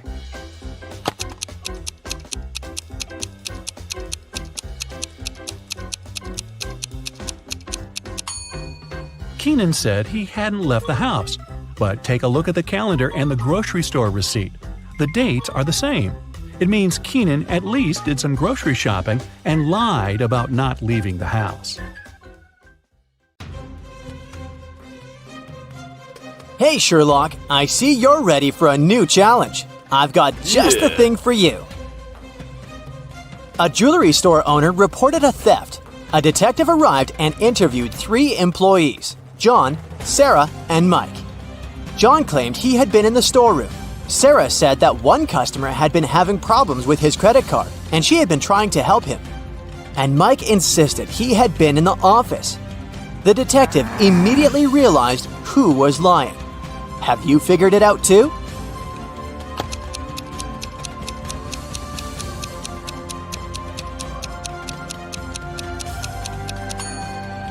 Sarah is lying. Have you noticed that note on the window? Cash only? The store doesn't accept credit cards, so Sarah must be the thief. 4 guys having 5 rocks each were playing a game in which they needed to throw rocks at a small island in the water. The first guy succeeded in throwing 3 rocks at the island, but one of his rocks sank. The third guy's aim was so bad that all his rocks sank. The fourth guy was quite good. At least none of his rocks sank. And the second guy was actually the winner, but he was struck by a rock in the head and was rushed to the hospital. Who threw a stone at the second guy?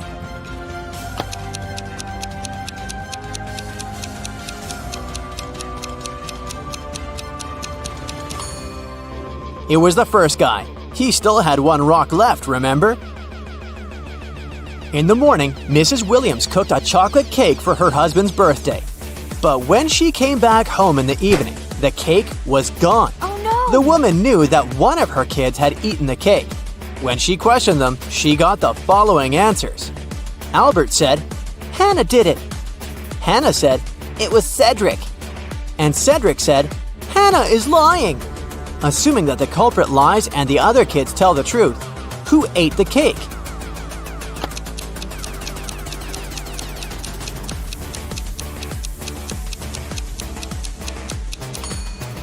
It was Hannah. When Albert said it was Hannah, he was telling the truth. When Hannah said Cedric did it, she was lying. And when Cedric responded, "Hannah is lying," he was telling the truth. Look at these words. One of them is odd. Can you figure out which one?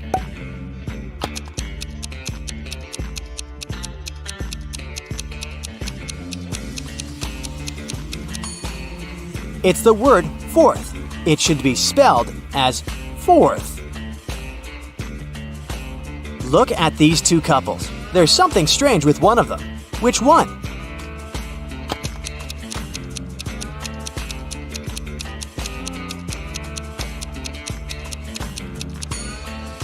The couple on the left is weird. Look, they don't get reflected in the mirror behind their backs. Are they vampires or what? Creepy. Agents Yellow, Red, and Green each have a green badge, a yellow badge, and a red badge, but none of them has a badge color that matches their name. They were invited to a conference at the headquarters. The agent with the green badge said, "I've solved 2 cases," to which Agent Red replied sarcastically, "Of what, missing kittens?" What color is each agent's badge?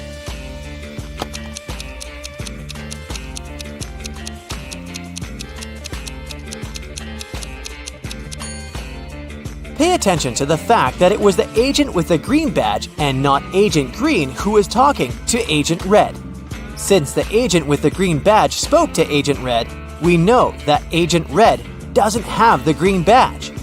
We already know he doesn't have the red badge either. Therefore, he must have a yellow badge. The agent with the green badge cannot be Agent Red, nor can he be Agent Green. Therefore, he must be Agent Yellow. So, Agent Yellow has the green badge and Agent Red has the yellow badge, which means Agent Green must have the red badge. In the morning, Agent Black had a fight with his wife, Agent White. Later in the day, he sent her a coded message as an apology. It went like this. Can you figure out what this message means?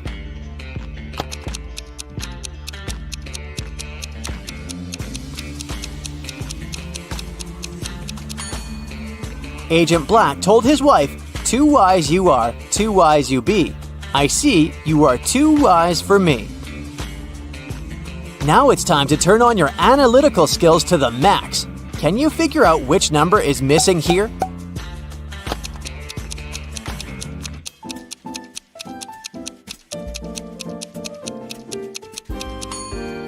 The number you need is 78.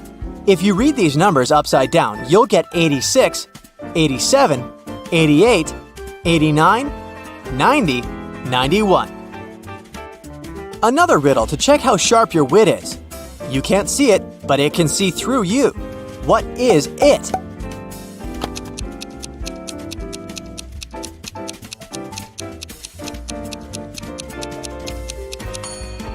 It's an X-ray.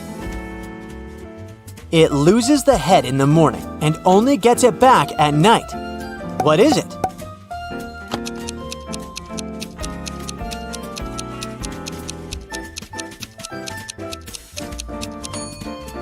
It's a pillow.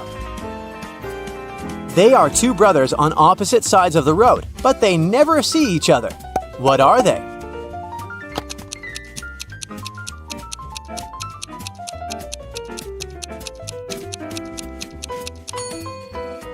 They're your eyes. The combined age of the father and the son is 66 years. The age of the father is the age of the son, but with the digits reversed. Can you figure out how old they are? A little hint. There might be more than one correct answer.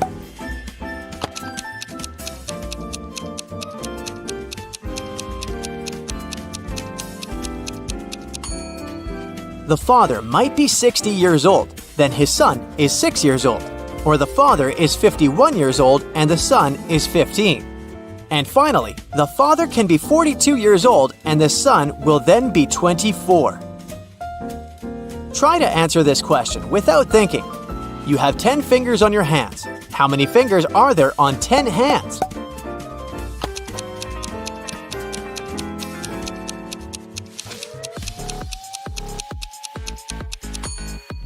I bet you had the urge to say 100 fingers, but no, the correct answer is 50 fingers.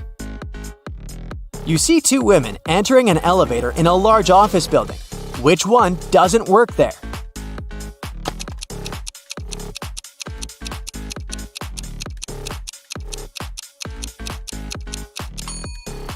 The woman on the left is wearing a name tag. It means she works for the company here. So the other woman is probably a guest. A couple decided to name their newborn baby Jason. Try to understand how this name is connected to the name of the couple's other children.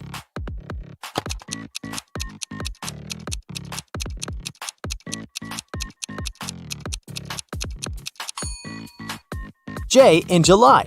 A in August, S in September, O in October, and N in November. And we get Jason. Can you find two bizarre things about this picture?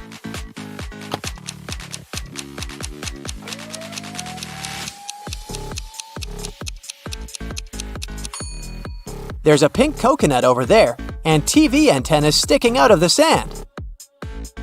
Your next task is to figure out which of these men is her husband.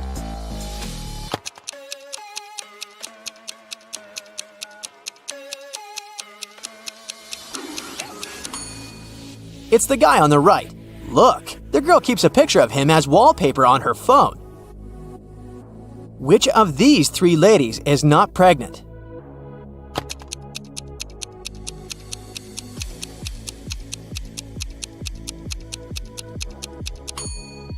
It's the one on the right. If you look at her attentively, you'll see that she has a pillow under her blouse.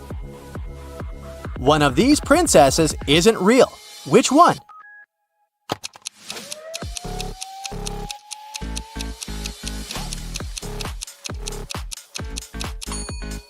It's the one on the right. Have you noticed that one of her fingers is green? She's probably not human. How many books can you find in this picture?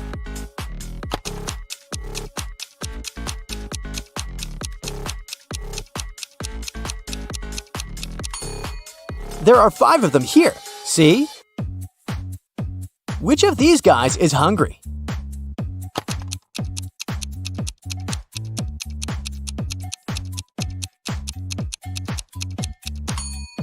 The guy on the right has already eaten. See that piece of lettuce stuck between his teeth? But the guy on the left is longingly gazing at a picture of a burger on his phone. He must be the hungry one. Can you find a candle in this picture?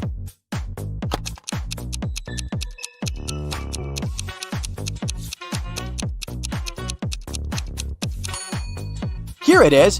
Oh-ho! If you manage to spot it, you have an eagle eye. Jack posted a new photo from his trip on social media. How many likes did this photo get if only one statement is true?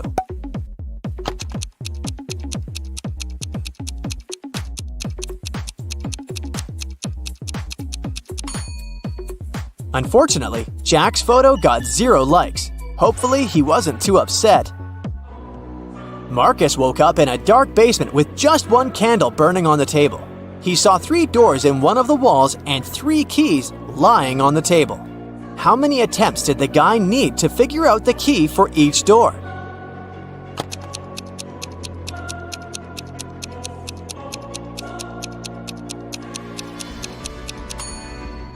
He needed 6 attempts at the most. 3 of them for the first key, 2 attempts for the second key, and 2 remaining doors. And just 1 attempt for the last key. But if Marcus is extremely lucky, he might need just 3 attempts.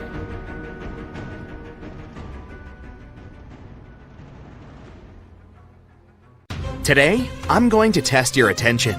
During the whole video, you should stay alert and keep your eyes wide open. Do you think you're ready? Yeah. Let's see. Okay, let's start with a riddle about these 2 pretty ladies. I've heard a rumor that one of them isn't as young as she appears. She is 100 years old. But which one?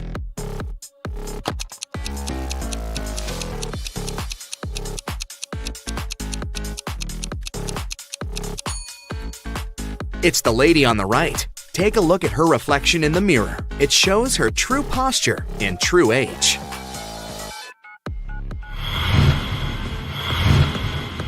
Callie is spending her vacation in the Maldives. She can choose one of these 3 bungalows, but unfortunately, each road has some danger. The first road is on fire. The second road is swarming with venomous snakes. And toxic waste is spilled all over the third road. Which way should Callie choose?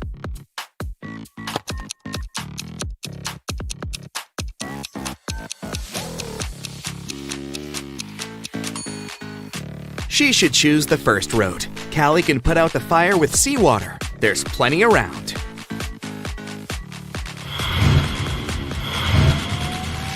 Look, there are 2 couples. Both of them seem pretty ordinary. but that's just at first sight. In fact, one of them is from another world. Which one?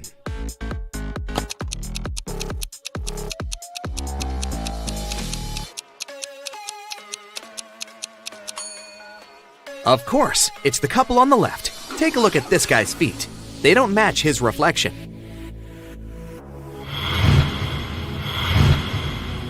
In a parallel universe, it was only allowed to have fun and eat candy. No one ever worked or studied. Mrs. Relum came back home after a long and fun day at a club. Her 3 daughters were supposed to have fun too. She asked them what they had been doing. Hannah said, "I've been watching Netflix all day." Elle said, "I went to a party." Ava said, "I had lunch with a bunch of girls." Still, Mrs. Relum could tell that one of her daughters lied and actually spent all day studying. Who was it?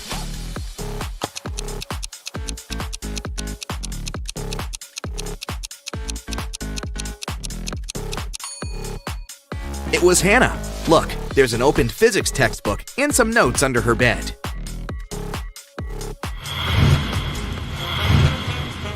Ava had a sleepover with her friends, so no wonder that her room is a complete mess. Now she's going camping with her friends. She needs her boots, a flashlight, and a raincoat. Can you help her find them in the room?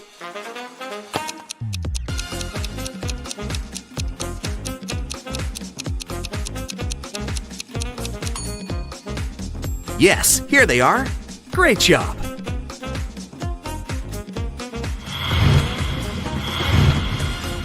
After Ava returns from her camping trip, she'll need to go to her art class. She needs her brushes, her paints, and a canvas. Can you help her find them?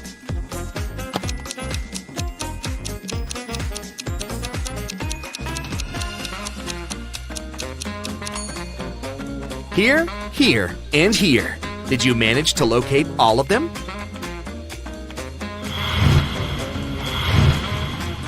Elle is getting ready for a sleepover and can't find some things in her messy room too. She needs her pajamas, a laptop, and a Bluetooth speaker. Can you help her find them?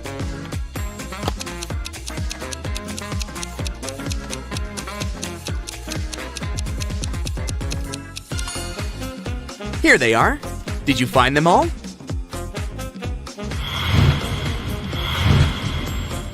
Now Elle is getting ready to go to a club with some friends. She needs her dress, a makeup kit, and her wallet. Where are they?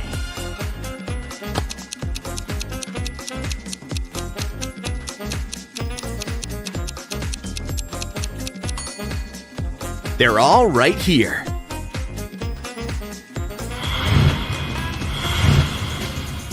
Okay, now I'll show you some photos. In each photo, there are hidden numbers from 1 to 9, except for 1. Your task is to find all numbers and identify which one is missing. Yeah. Here is the first one. Which number from 1 to 9 isn't in the photo?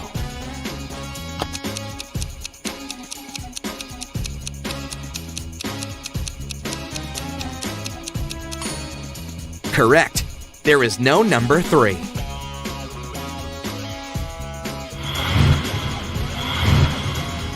Okay, now something a bit harder. A new photo, but the task is the same. Which number is missing?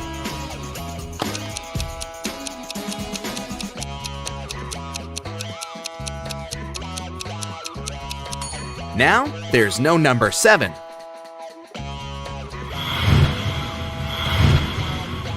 The next one, here it is. What do you say?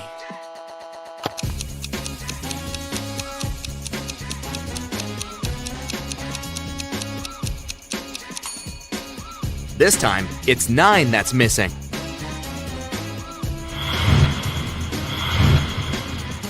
The task is getting harder, and the numbers aren't so easy to find anymore. But I believe you can do it, so go ahead. What do you say this time?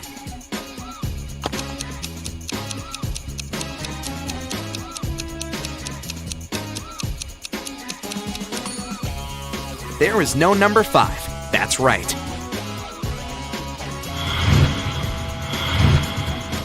Okay, the last one. Concentrate and give me the right answer.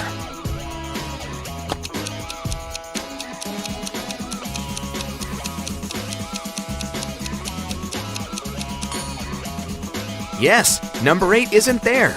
Great job!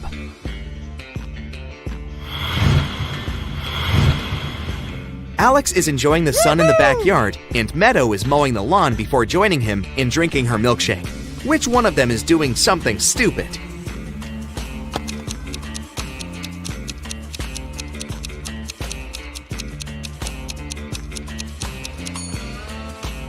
Meadow. Her milkshake is standing in direct sunlight.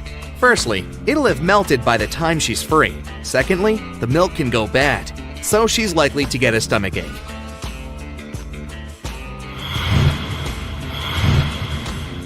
Thomas and Abigail are going on a date. Abigail arrived half an hour earlier and went book hunting to a nearby mall. Thomas is running late, so he's in a hurry. Who is doing something wrong?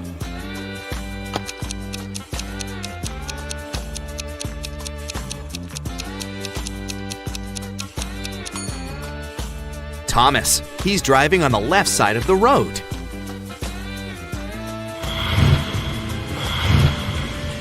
Ryan and Neva are camping. Ryan took a boat to cross the river, and Neva went to collect some sticks to make a fire. Who is in danger?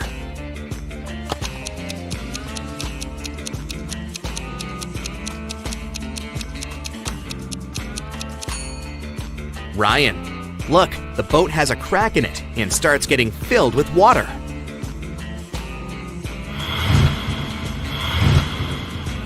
Asher and Haley are enjoying their vacations. Asher is on a beach and has fallen asleep. Haley is hiking in the mountains. Who is not smart?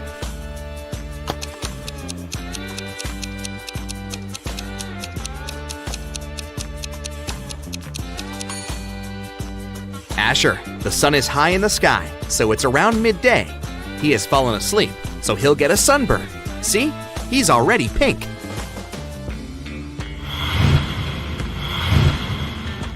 William and Wendy are late for work. Who is doing something wrong?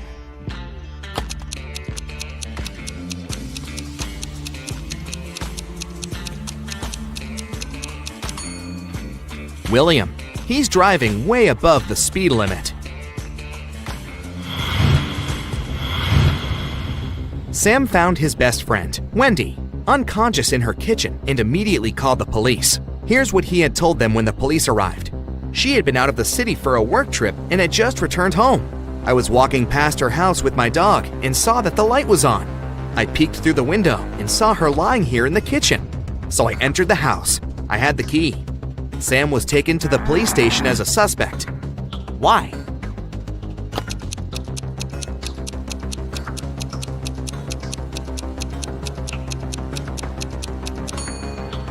Sam said that he had been walking with his dog, but then, where is the animal?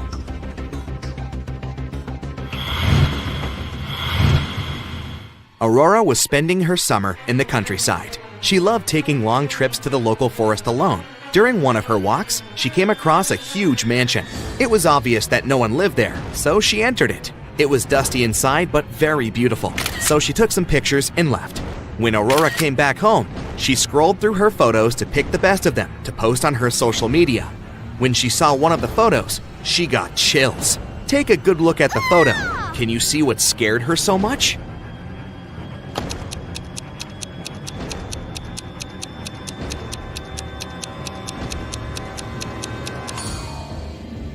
Aurora noticed a ghost right here.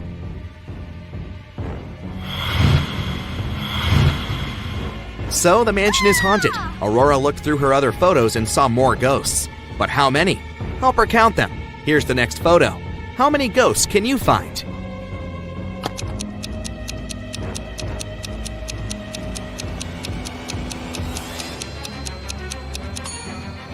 One, 2, and 3. There are 3 ghosts in this one.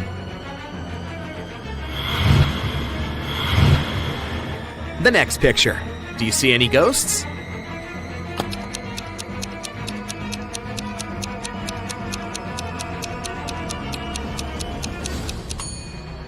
There are just 2 ghosts here, but they are very well hidden.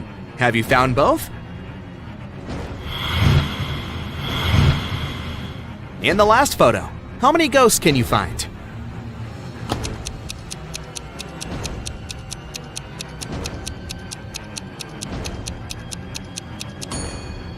Look, there are 4 of them here.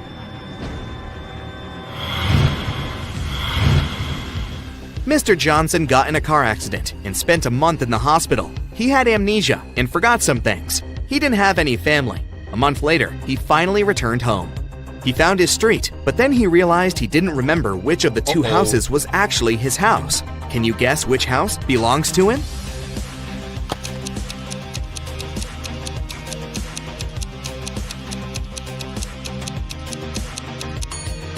The light is on in this house, so someone must live there.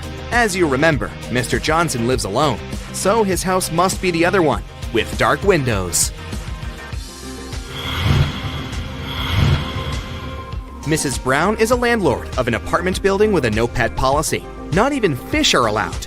One night, she heard a dog barking somewhere on the floor above hers. The next day, she inspected 2 apartments. In which apartment does the dog live?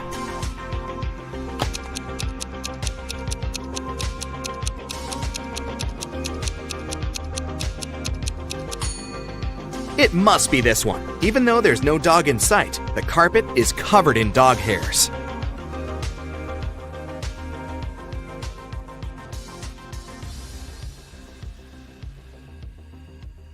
Mary works as a manager at the local circus. Her task is to prepare their new location for future performances. She arrives at the spot, takes a look at the stage, and freaks out. Why?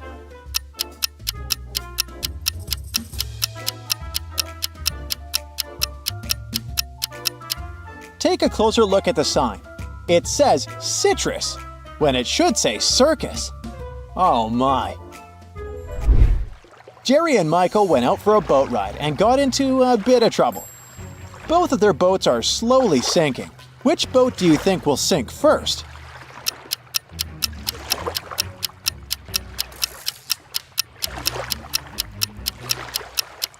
The first boat has 2 holes in it, but somehow it has way less water in it. The second boat only has 1 hole, but look at the amount of water that got inside. It's definitely the second boat that's gonna sink first. Eric and his friend Brenda are meeting for coffee. Eric is excited to meet her because he knows Brenda has a secret to tell him. Brenda has a new crush, but she won't reveal his name. Eric asked her to write a clue for him on a piece of paper, and she wrote the following code: 12, 8, 11. Can you figure out her crush's name?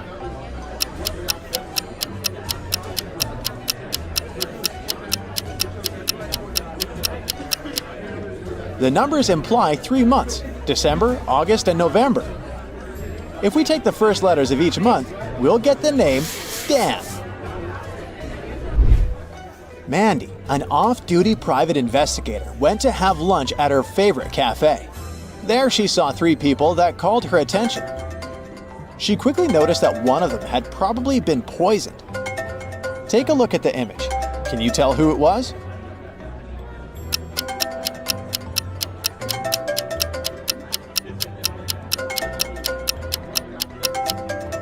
The third guy didn't even touch his cappuccino. He must be just sleeping. The second lady is awake. She has some cappuccino mustache, nothing criminal. But take a look at the first guy. He's wearing glasses, so we can't say for sure whether he's awake or not. Meanwhile, his phone is ringing off the hook in his pocket, and he shows no reaction at all. That's suspicious. Shelly and Bernie are best friends. Bernie decides to save some money to get her a very good present this year. On the first day of the month, he puts $1 in his piggy bank. On the second, he puts in $2. On the third day, $3, and so on. Yay! Shelly's birthday has finally arrived, and Bernie has saved a total of $276 in his piggy bank. Can you guess the exact day of the month when Shelly was born?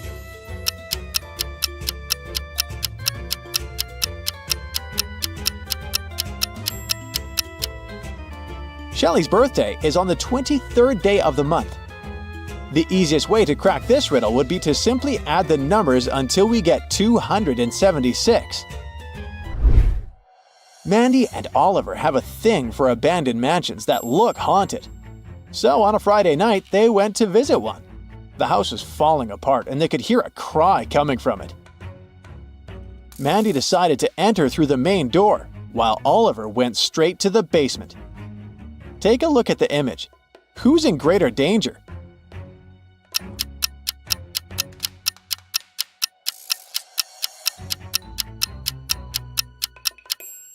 It's Oliver. If the house decided to crumble right that instant, it would definitely hurt Oliver. Yikes! On her 6th birthday, Camilla got 3 new dolls as gifts. But during her first night with the dolls, she ran into her parents' room crying and scared, saying one of the dolls was alive. Take a look at them. Can you guess which one?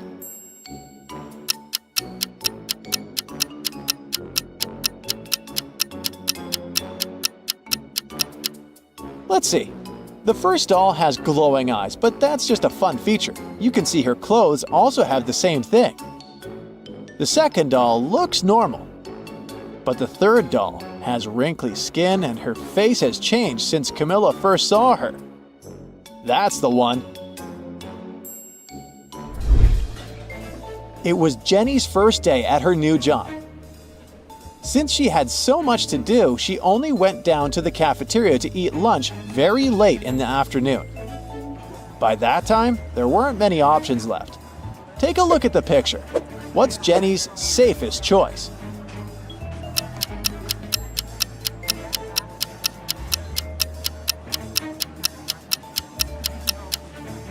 Let's see. That burger looks nice, but there's a lipstick stain on the bun, so that's a no. The apple pie is steaming, but it looks like it's been microwaved dozens of times, and it's about to go bad. Her safest choice is probably the frozen pizza. They defrost it on the spot. Hey, at least like this, she won't get food poisoning. It's lunchtime, and Becca goes to the fridge to grab the sandwich she brought from home. But when she opens the fridge, she notices that her food is missing. Someone probably ate her burrito. She decides to conduct a quick investigation to see who stole her lunch. Her boss ordered some expensive takeout from a new restaurant in town. Joe, her colleague, is highly allergic to gluten, so he ate something he brought from home as well. Helen, the supervisor, ate a delicious salad bowl from the cafeteria. Take a look at the picture. Can you guess who stole Becca's lunch?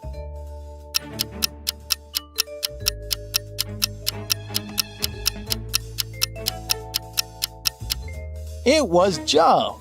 His hands are all swollen. He probably ate the burrito even though he's allergic to gluten. Yikes! Lucy was wandering through a forest when she stumbled upon a magical portal. Suddenly, she found herself in a mystical realm. There, she came across 3 talking animals: a fox, a raccoon, and a rabbit. One of them had swiped her magic amulet, which she needed to get back to her world. You know for a fact that the thief always lies, while the others tell the truth. The fox said that he didn't do it. The raccoon said it was the rabbit, but the rabbit denied taking the amulet. Can you help Lucy figure out which animal took her amulet?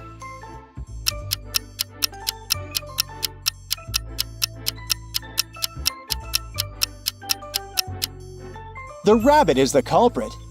The fox was telling the truth when he said he didn't do it. The raccoon pointed to the real thief. And the rabbit lied when he denied it. It's the rabbit. Sam was traveling through Italy and decided to treat himself to a fancy dinner at a swanky restaurant. While he was halfway through his meal, an old man came up to him. The guy said Sam looked just like his son and asked for a favor. He hadn't seen his son in years, so he asked Sam to say, "Good night, Dad," when he left the restaurant. Sam thought it was a bit weird, but agreed. A little later, he got the shock of his life. Can you guess what happened?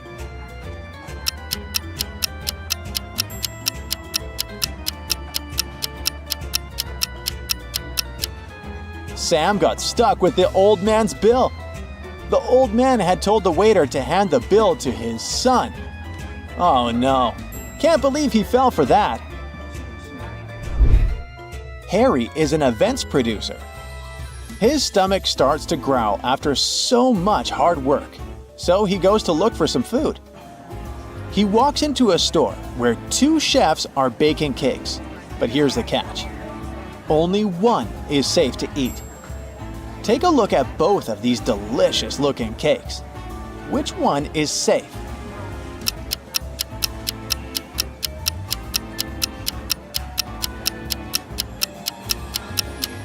If you have a sharp eye, you'll know that the chef on the left is a fake, so you shouldn't eat his cake. The left chef has stains all over his shirt that look like blood. Plus, he doesn't have a badge on his shirt. He has a scratch over his eye, and he's hiding a syringe in his hand behind his back. There are just too many red flags here. Harry should go for the cake on the right. Mia is traveling, and she just arrived in a new city. Most of the hotels were booked since it was summertime, so she only found available rooms in an old house. There were 3 rooms for her to choose from. Take a look at the picture. Which one should she pick?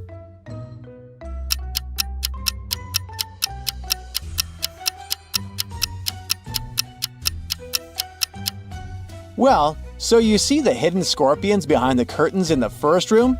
That's a big no-no. As for the third room, notice how the AC is set to cold, even though it's snowing outside. No to that. So, she should definitely pick the second room. It looks pretty clean. Hey Brightside detectives, we really need your help here. These riddles are to be solved as fast as possible. Look at these 2 people. Both of them seem to be in grave danger, but only one of them is actually risking his life. Which person is it?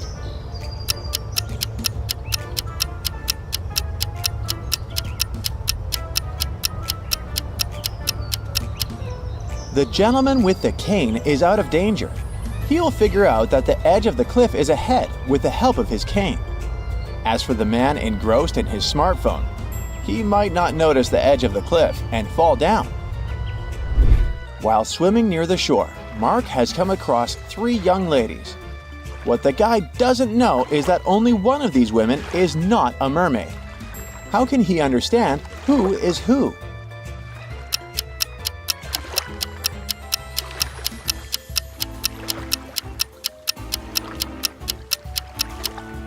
Well, the answer is quite obvious.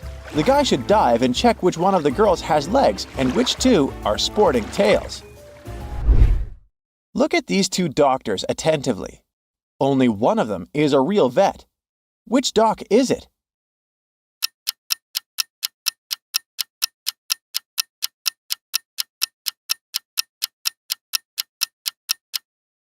The real vet is wearing gloves. Each of these 3 prisoners is hoping to escape one day, but one of them might do it in the near future. Which one is it?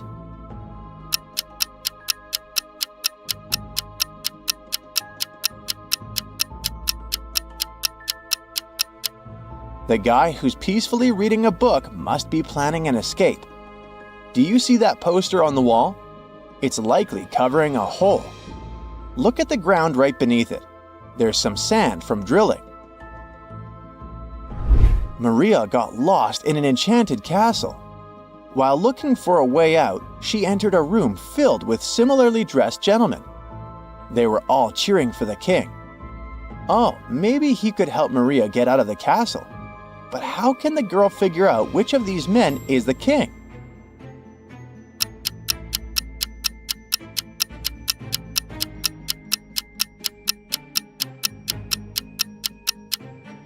The king is the man on the right, sitting next to Maria.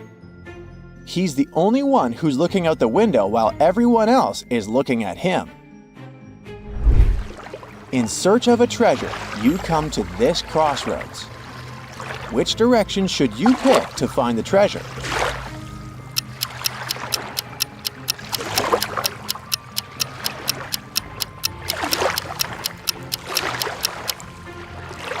The answer is actually carved on the stone. Turn the inscription upside down, and it'll say South. David woke up in a hospital with no memories whatsoever. Soon, 3 girls rushed into his room. Each of them claimed to be his only sister. Can you help David figure out which of these ladies is telling the truth?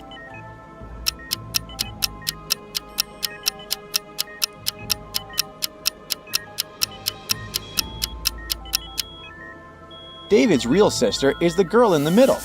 Look, they both have identical birthmarks on their hands. Michael was diving when he realized he was about to run out of oxygen. He saw 2 caves nearby. Which cave should he choose to have a chance to survive?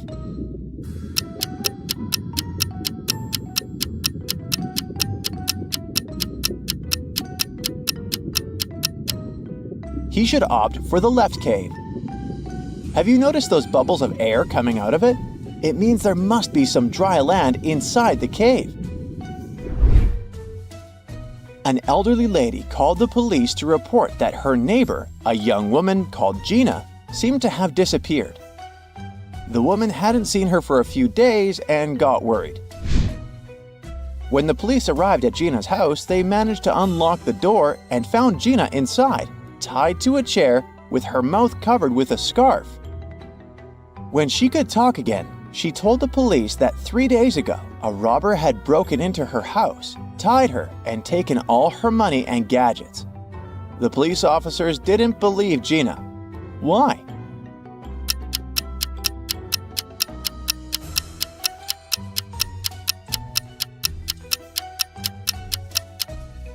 Look at the date on the calendar, over there on the wall. See? It's the same date as the one on the calendar at the police station.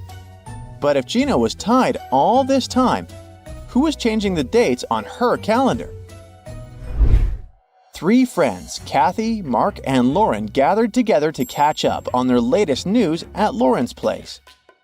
At one point, they decided to play hide and seek. When it was Lauren's turn to look for her friends, she easily found Mark. But even with his help, she couldn't spot Kathy. Can you help Lauren find her friend?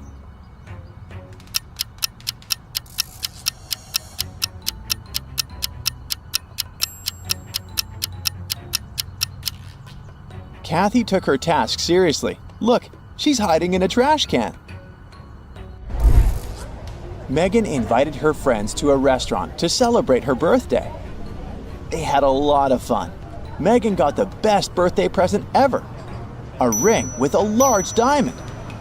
But suddenly, the room plunged into darkness. After several minutes of total confusion, the lights came back on. But Megan's ring was gone. Look at the image attentively and try to figure out who stole it.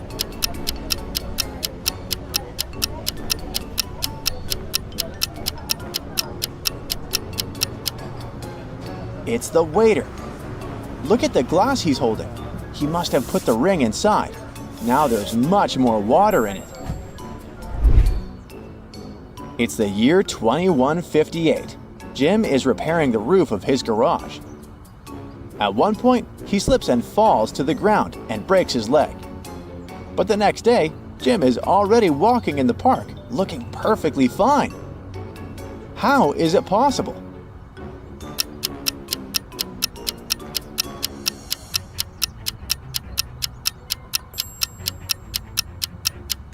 Jim is a robot. See that red light blinking over his left ear? They must have repaired him really fast. Marta was walking through the park near her home in the evening. It was dark and there was nobody around. Suddenly, her bag was grabbed from behind and the person bolted away.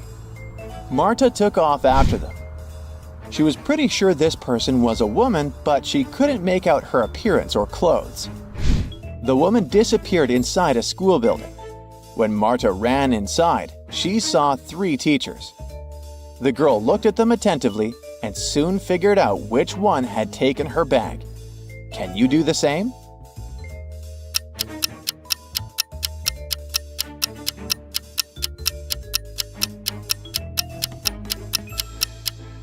The woman in the middle wouldn't be able to run with the cast on her leg. The one on the right doesn't have anything in her hands. Where would she hide Marta's bag so quickly? But the woman on the left has a big shopper bag on her shoulder. A real teacher wouldn't need to carry it in the classroom. A wealthy businessman was kidnapped right from his house. The detective who arrived to investigate the case found nothing strange inside, but a mysterious note with a strange set of symbols written on it. There are 3 suspects: Eric, Ellie, and Colin. Can you help the detective identify the criminal?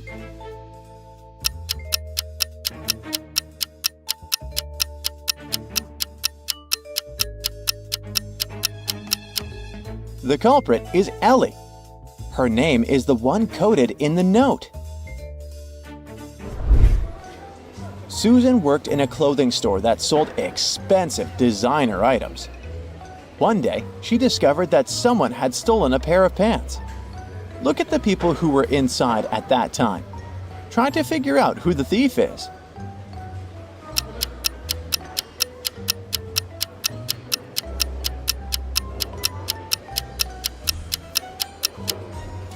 It's the guy on the right. If you look attentively at his legs, you'll see the pants peeping out from under his jeans.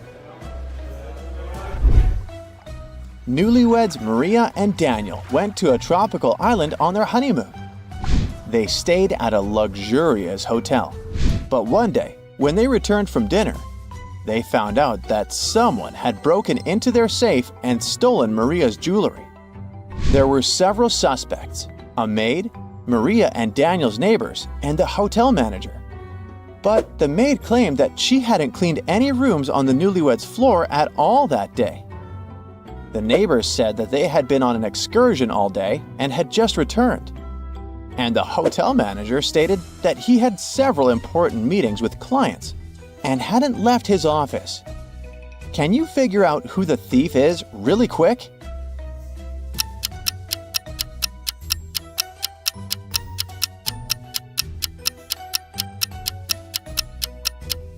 The neighbors stole the jewelry. Have you noticed a bolt cutter in their bag? Why would they need it on an excursion? David worked at a construction site. Once, someone attacked him, and the unconscious man was taken to a hospital. Police officers who arrived to investigate the case had 3 suspects: Alex, Ryan, and John. Alex said that he had been putting tiles on the roof when the accident happened. Ryan confessed that he'd been sleeping under a tree.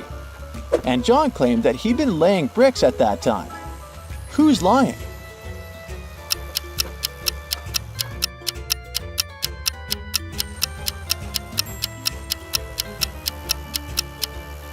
Alex was the one to hurt David. The building has no roof yet, so he couldn't be putting tiles up there. Josh is an elite hunter for all things paranormal. He's called to visit a rich man's house. When he gets to the 2nd floor, his paranormality detecting watch starts beeping. His watch never lies, so he knows there must be some scary creature nearby. Before him, there were 3 doors. Just by looking at them, can you guess behind which door the ghost is hiding?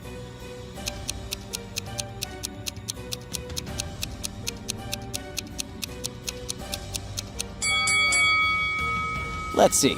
There are footprints leading to all 3 doors, but the footprints leading to door B are uneven. So this could be the ghost trying to trick Josh. He walks inside the room and encounters a werewolf. Yikes! After this successful mission, he gets on his motorcycle and drives home. But when he stops at a red light, his paranormal watch starts to beep again. The watch is even more sensitive to ghosts, so he senses there must be one nearby. Take a look at the image.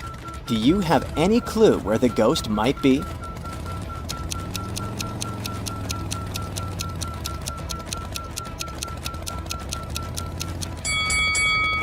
There's a woman standing at the bus stop, next to the red light. Her feet aren't touching the ground and her stare is blank. She must be the ghost. When Josh tries to capture her, she disappears into the dark forest. Josh tries to locate the girls through his watch and walks into the forest too. The watch shows him 3 routes, A, B, and C. Can you guess the correct one?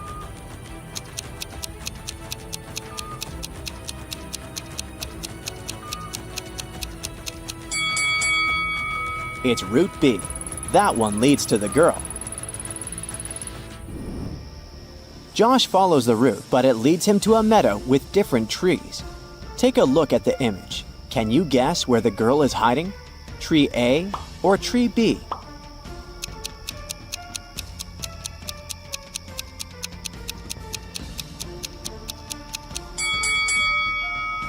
The ghost is hiding behind that tiny tree, next to tree A.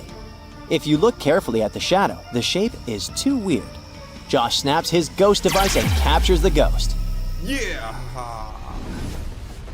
Dan and Jesse are detectives. Early one morning, they got an urgent call from one of their clients, saying they needed to come over ASAP. They got into their vehicle and drove to the location. On the way, they were stopped by a police checkpoint. Dan and Jesse had to get out of the vehicle for an inspection. But Dan noticed something strange. The cop was a fake. How could he tell?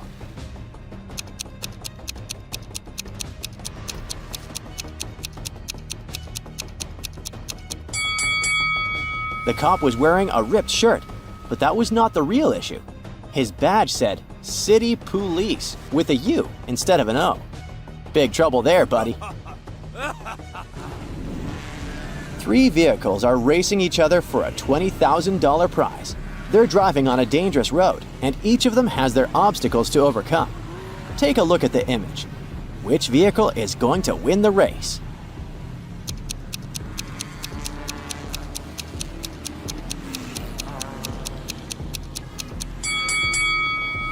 The first vehicle tried to escape those nails on the ground, but the nails were going to puncture one of the vehicles for sure. The third driver may try to contour the obstacle in front of him, but that will make him lose time. The one in the middle has the most chances of winning, since he's large enough to go through that hole. Maya and Rob are a couple famous for robbing expensive stores. One night, they decided to break into the town's most famous jewelry store. In the middle of the night, they arrive in front of the store and see there is a complex lock system protecting the store. Rob pulls 3 keys from his toolbox. One of them opens the lock, but if they use the incorrect key, the alarm will go off. Take a look and give it your best guess to find the correct lock.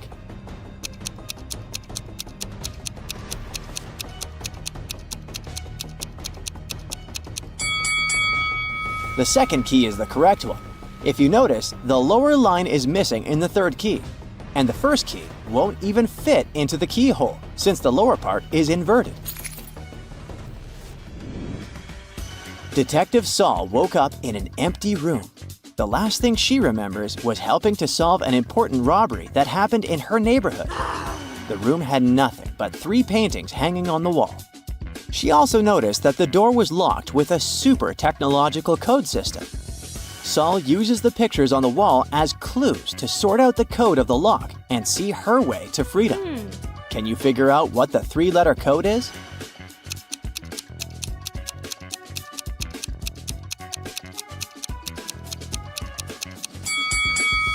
The code is ICE. All 3 frames are related to ice. She puts in the code and it works. She's free. Yes! Jenny, Beth, and Prim are sisters. Their father tells them he needs to decide who's going to be the heir to the biggest amount of money he leaves behind. He tells them to boil water. The kettle of the daughter whose water boils first will determine who becomes the heir.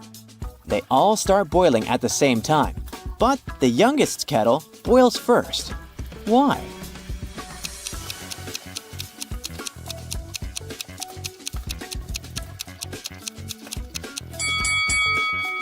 While the other daughters kept checking by lifting the lid, the youngest daughter kept hers closed, making it boil faster. Way to go. Drake is a businessman and needed to drive from New York to Boston. As soon as he arrived in Boston, he noticed that his tire was punctured at the beginning of the trip. Somehow, his journey was unaffected. How is that possible?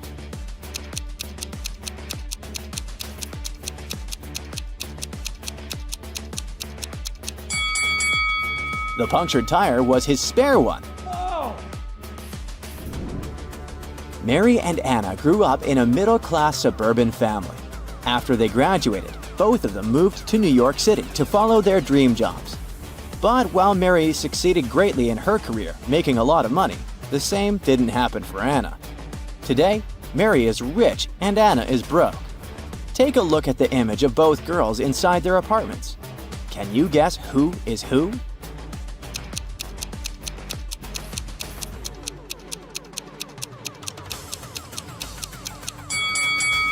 Anna is the one on the left. Although she looks like she owns some nice stuff, all of her home decor has price tags on it, so she's probably planning on returning these items to the store. The company decided to have a fun day with its employees. A lucky person would win the latest laptop if they could get out of a maze the fastest way possible. Brad and Monica were the only ones who said yes to the challenge, but it looks like they're both having a difficult time. Take a look at the image. Who's more stupid? Oh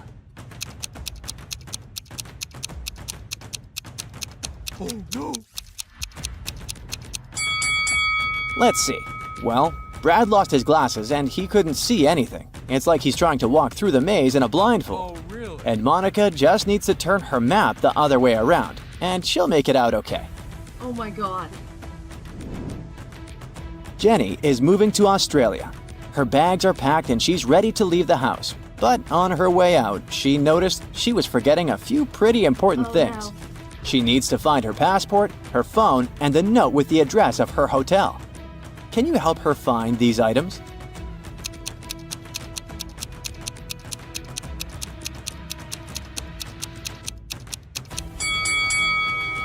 Could Jenny be any messier? Her phone is thrown on the floor next to the couch. The note is tucked in between a couple of books on her shelf, and her passport is next to the center table's feet. Yikes! Harry is out on an important mission. He is a young new musician, and he sent one of his original songs to a producer.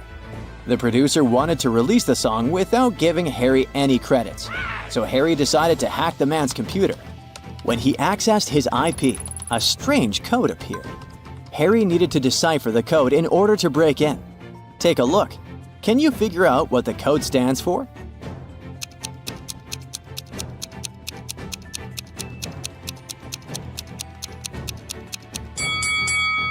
It's way simpler than you might think. The answer is 1, 2, 3, 4, 5, 6, 7. All the numbers were shown with their mirror reflections. Easy peasy. Detective Sean arrived at a robbery. Someone had stolen from an Apple store. While Sean was talking to the security guard, he noticed the security guard was one of the robbers. How did he know?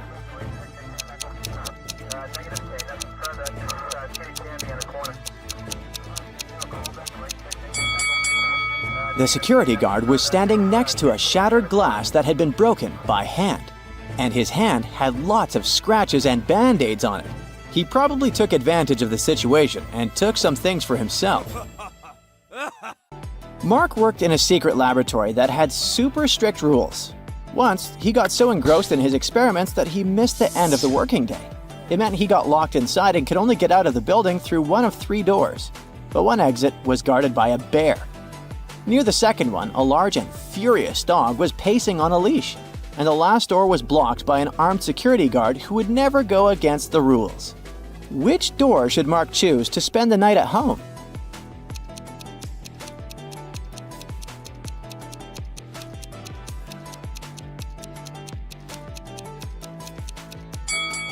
Mark should opt for the first door. Yeah, the bear looks threatening, but it's sleeping. So if Mark is quiet enough, there's a chance he'll slip past the animal unnoticed. 3 waitresses are working at a restaurant serving drinks and food, but one of them is actually a thief. Can you figure out which one it is?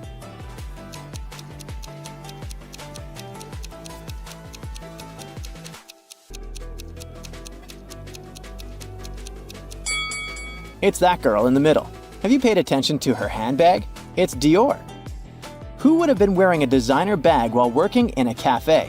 She must have stolen it a few minutes ago. Look at these people taking part in a business meeting. They look elegant and well off, but one of them is actually an undercover police officer. Can you spot them?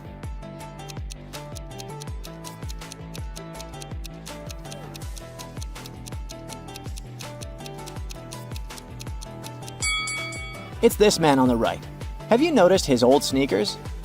That's a weird choice of footwear for a business meeting. These two women look like regular prisoners minding their own business, but one of them is actually a werewolf in disguise. Can you figure out which one it is?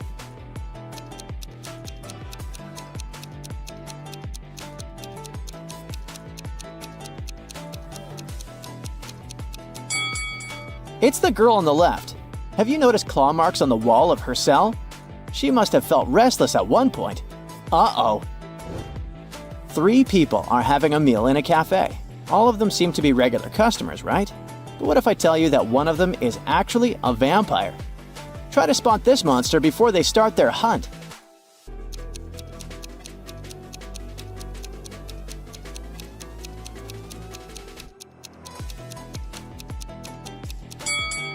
It's that woman on the right. Look, the girl on the left is eating pizza with garlic, so she can't be a vampire. The man in the middle is reflected in the mirror hanging on the wall behind his back, so it leaves us with the woman on the right. Damien went on a long-awaited sea cruise. At first, everything was going great, but then a young girl, Alex, who was also on the cruise, disappeared. The ship immediately changed course and stopped at a port. Police officers arrived and questioned the passengers. After the interrogation, they had 3 suspects. When Damien looked at them attentively, he realized who was behind the girl's disappearance right away. Can you figure it out too?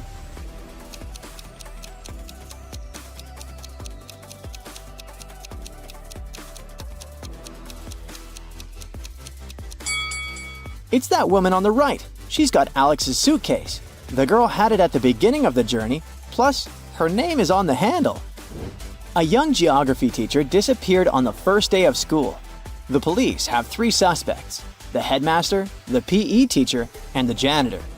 Look at these people attentively and find the culprit.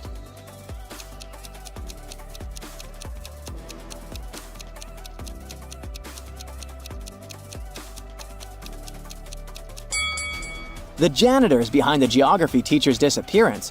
Have you noticed a globe in his closet? This student dormitory has very strict rules of being absent after lights out. But look at this room. One of its inhabitants managed to sneak out to attend a party and get back. Who's the rule breaker?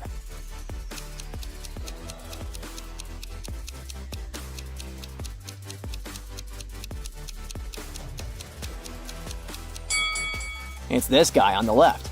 Have you noticed a glow stick bracelet on his hand? Look at these 3 zombies. One of them is not as bad as it seems. Can you figure out which zombie isn't dangerous?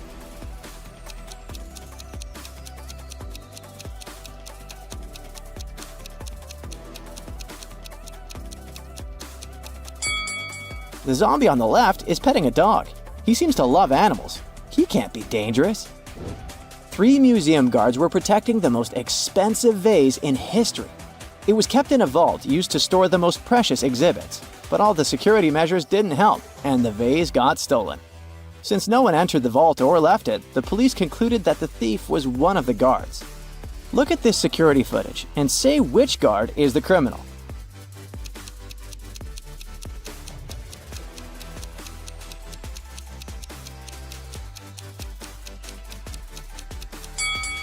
It's the 3rd guard. In the footage, he didn't move even once, which is impossible for a breathing human.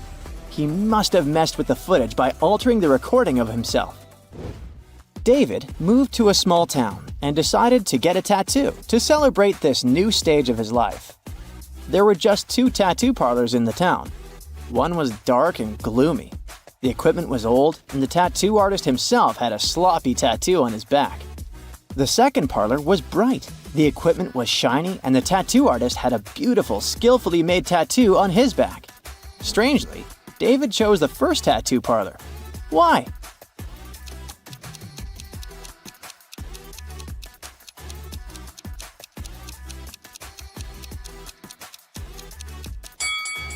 there are only 2 tattoo artists in town, and they couldn't tattoo their own backs.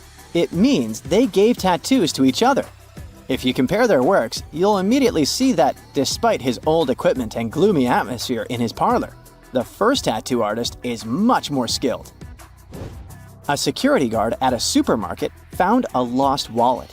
After he made an announcement, 2 guys appeared, each of them claiming the wallet was his. The guard looked at them and gave the wallet to the taller guy. Why did he do that?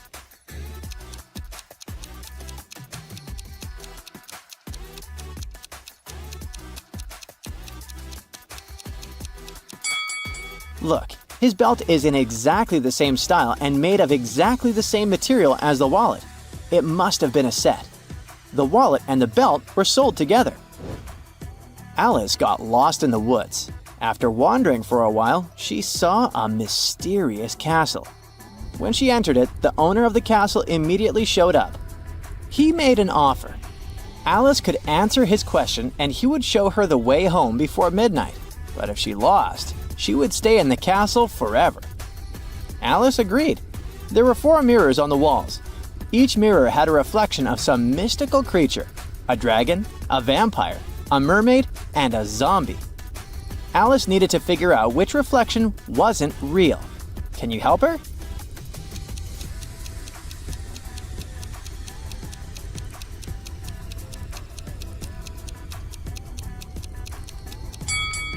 It's the vampire. Do you remember that these creatures aren't reflected in mirrors?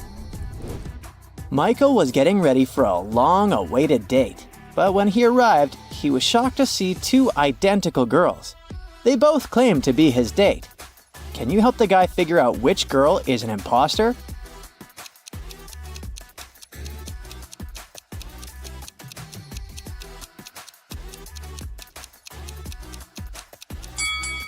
The girl on the right isn't human.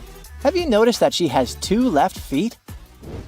A police officer claims that one of the suspects she's detained is a werewolf.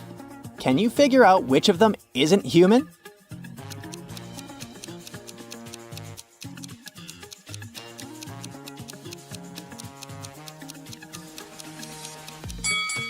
The police officer herself is a werewolf. Look at her hands. She actually has not nails, but claws. Both of these women claim to be this kid's mother, but one of them's lying. Think hard and expose the fake mom.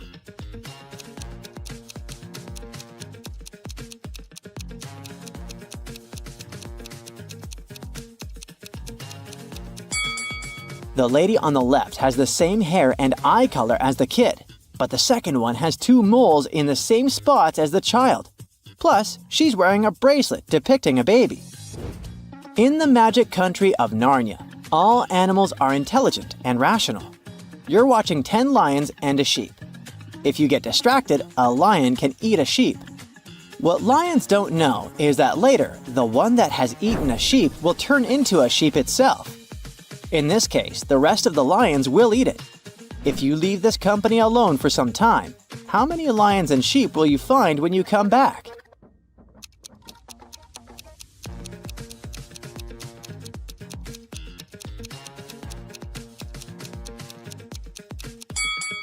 When you return, there will be 9 lions and 1 sheep. The main thing here is that all the animals are rational. Once the lion eats the sheep and turns into a sheep itself, the rest of the lions will understand the consequences and prefer to stay in the safety of their natural form. So, our guy James here had passed all the first stages of the entrance exam for the Superhero Training Academy. For the final stage, the committee was going to test if he was able to determine who to save first in urgent situations. So they showed him a few images and wanted him to decide who was really in danger. Can you help him out? Here are the first 2.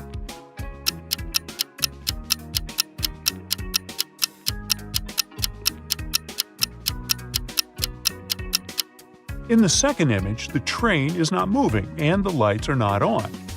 That means the man can cross without any danger. As for the woman taking a bath and trying to dry her hair, well, it's not wise to use electrical stuff in the bathtub, so James should save her first. Now take a look at this footage of two people falling from a cliff. Can you help James detect who is in real danger here?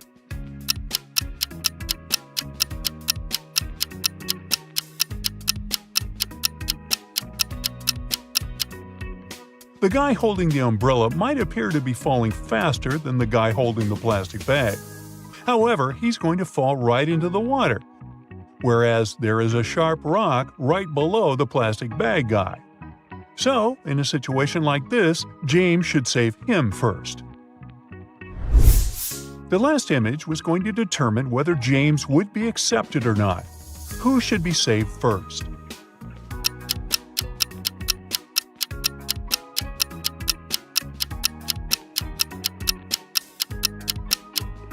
The lady absorbed in her phone in the second image is safe, because even though the traffic looks busy, the lights show a clear walk signal and cars are stopped.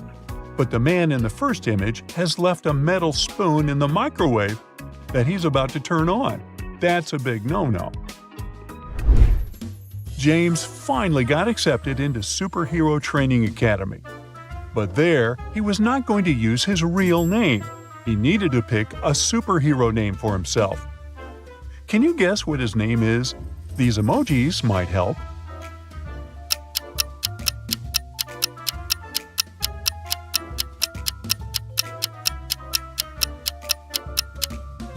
His superhero name is Thunderbolt Titan. Ooh. It was time to graduate. At the ceremony, the headmaster of the academy wanted to reward Thunderbolt Titan for finishing first in his class. He presented him with a mysterious chest containing a puzzle. Inside awaited a new suit, a cloak, and a high-tech gadget, but only if Thunderbolt Titan could crack the code. Can you help him solve the puzzle and claim his rewards? Look at the number sequence. What comes next?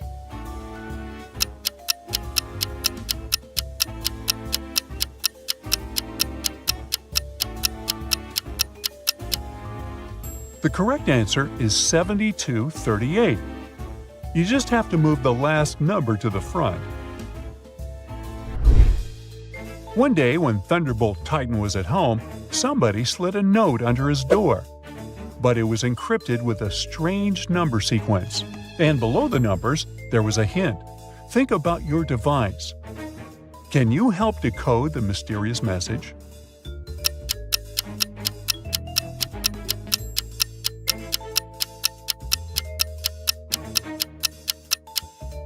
To decode this number sequence, we use a mobile phone keypad, as the hint suggests, where each number pair represents a letter.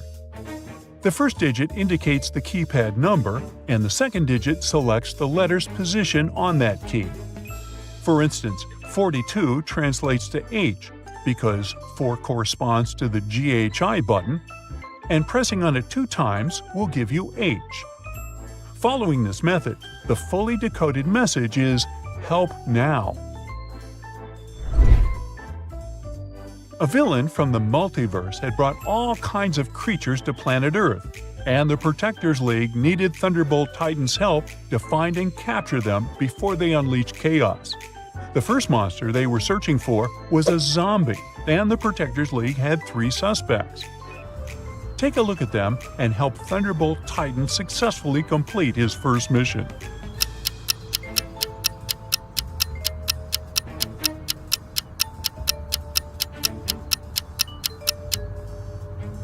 The first person looks all dirty, but she was probably working in the garden. The second lady's grocery bag is leaking juice, not blood. So the third person must be the zombie, because the living don't wear hospital tags on their ankles. The second creature the Protectors League was searching for was an extraterrestrial being. Take a look at their 2 suspects. Who is the one hiding from the League?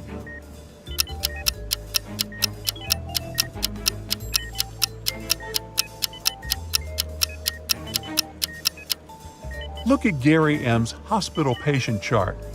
It says his fever is 24.5 degrees Celsius. A human can't have such a low body temperature. He must be the creature. Lastly, the league suspected that a robot was pretending to be a human at a college campus. They spotted 3 students who were acting suspiciously. Can you help Thunderbolt Titan figure out who the robot is?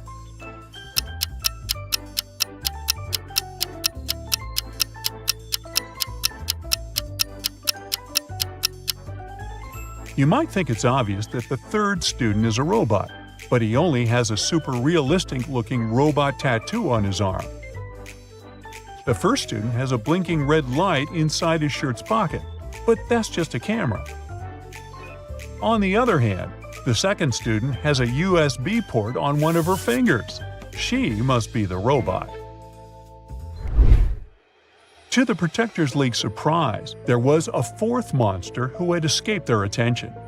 And at the headquarters, they got an emergency alarm that it was creating mayhem at the amusement park. Thunderbolt Titan immediately rushed there. Upon arrival, he found that the creature's actions had led to a malfunction on the roller coaster ride, causing 3 passengers to be stranded dangerously. Which one should Thunderbolt Titan save first?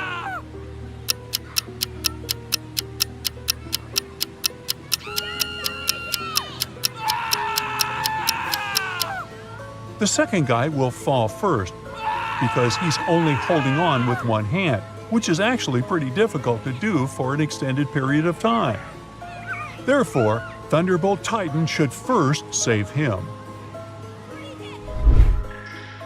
Thunderbolt Titan had successfully completed his first 2 missions. However, the villain was not happy that he ruined his evil plans. So he captured him and locked him in a room with no exits. There was only a note that said, "Answer this riddle and you might escape." What can fill a room but takes up no space?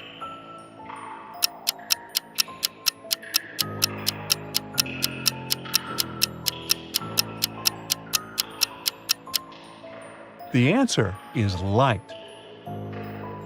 Even though Thunderbolt Titan answered the riddle correctly, nothing happened.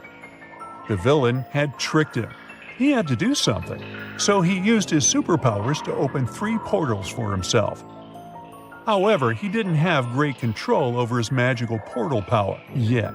So, all the portals led to tricky places. The first one opened to a jungle full of all kinds of wild animals. The second one opened into the middle of a desert planet, and the third one opened to the edge of a steep, rocky hill. Which one should he choose?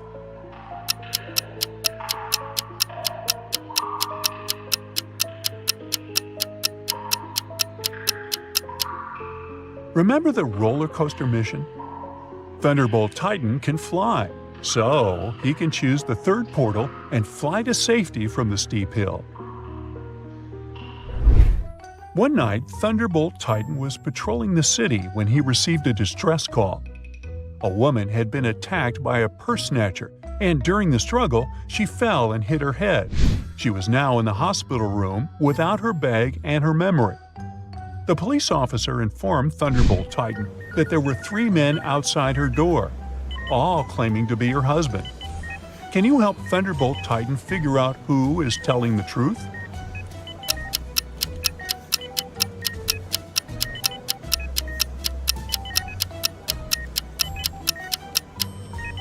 The purse snatcher might have taken her bag, but he didn't take her necklace.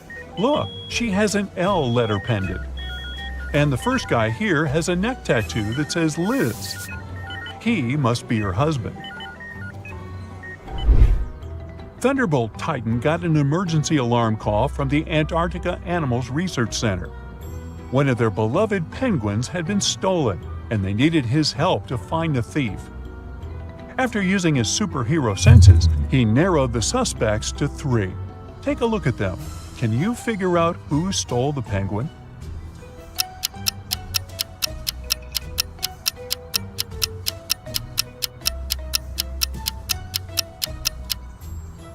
The second lady looks like she's hiding something under her skirt, but she's just pregnant. The third guy's backpack looks bulky, but see the flight tag attached to it? That's just his carry-on. But the first guy is hiding raw fish inside his tote bag. That must be to feed the penguin. so he's the thief. During a championship race, one of the cars was suspected of being sabotaged. Thunderbolt Titan was called to the scene to help identify which one with his scanning power. Can you figure it out before him?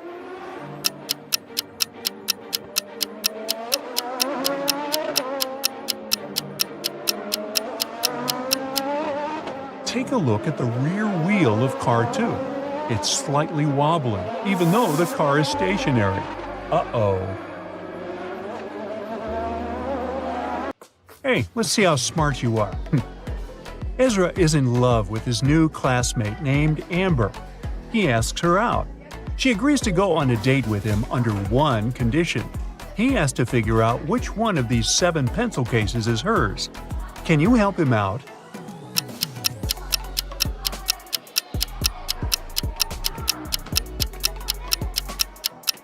Take a look at Amber's outfit. It's pretty obvious that she likes cats. So we can make a short list of cases with cat decorations. Also, Amber likes purple. Therefore, only this pencil case is a perfect match. Ezra and Amber are walking down the street and enjoying each other's company. But there's a criminal among these people. Can you spot who?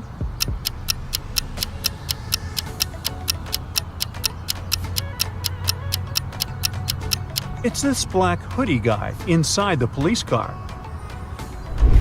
Ezra wants to take Amber to his favorite spot in the park, but unfortunately, the main road is closed for repairs. They have to walk through this maze. Can you help them find the correct route?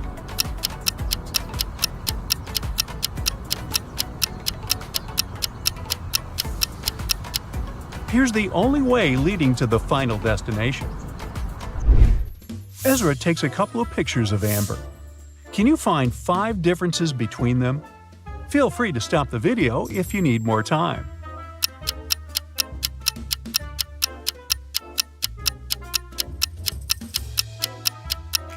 Are you ready to see the answers?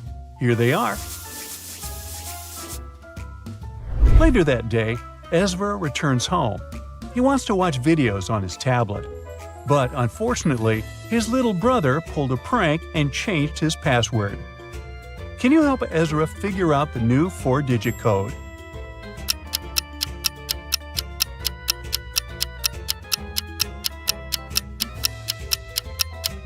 Ezra's brother left this painting on the wall. It's a hint. All Ezra has to do is count the number of angles on each shape. So the answer is 3406. Ezra is watching his favorite travel blogger, Diego. This guy has a couple of million followers. This time, Diego goes into the uninhabited desert. He wants to find a very rare type of lizard. He reaches his final destination, posts several photos, and goes to sleep. After this post, thousands of people, including Ezra, unsubscribe from Diego. Why?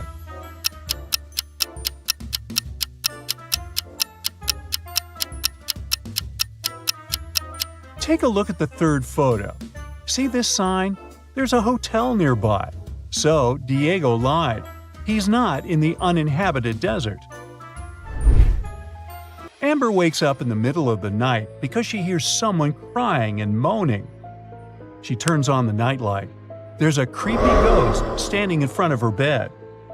But soon Amber realizes that the ghost isn't real. How did she know?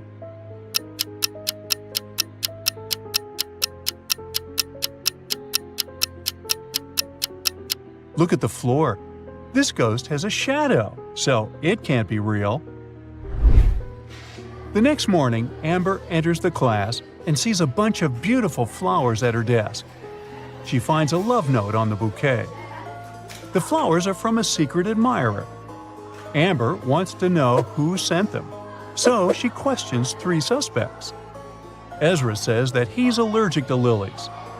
Harry says he's in love with another lady. It makes no sense for him to send any gifts to Amber. And Bob says he was the first to arrive at the class today. The flowers were already on Amber's desk. Who's the secret admirer?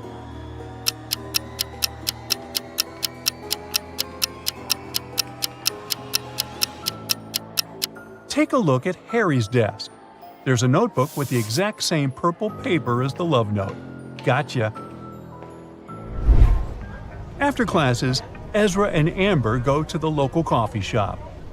They take a seat and look around. They see a guy and a lady competing in arm wrestling. Who has more chances to win?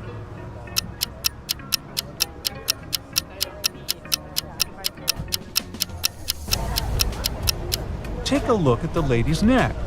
It has a USB port. She's a robot. Therefore, she's gonna win. Ezra returns home and finds out that his father, Aaron, is missing. Aaron is a genius scientist and businessman. He's been receiving many threats recently. So, Ezra calls the police right away. The officer questions Aaron's three major rivals. Alex says he left the business many years ago. He lives a humble life in the village.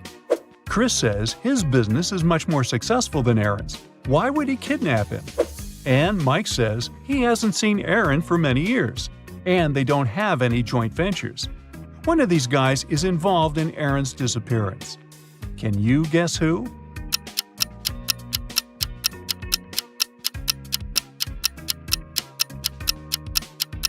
Take a look at the fridge. Aaron left a hint. If we use the letters encoded in this message, we'll get the name Mike. Meanwhile, Aaron wakes up in a creepy dungeon. His kidnappers ask him to create a potion that can shrink people tenfold. Aaron doesn't want to help them. Luckily, he has 2 pills in his pocket. The first one makes you invisible, and the second one makes you 10 times bigger. Aaron doesn't know which pill is which. Can you come up with an escape plan?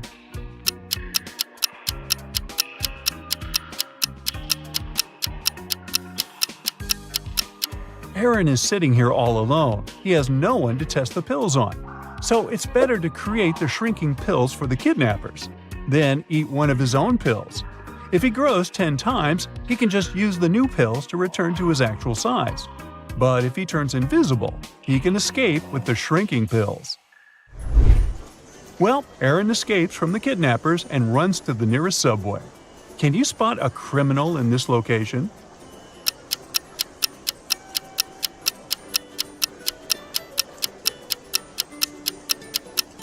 Hello? Aaron gets on a busy train and goes to the police station. One of these passengers is a wizard. Can you spot who?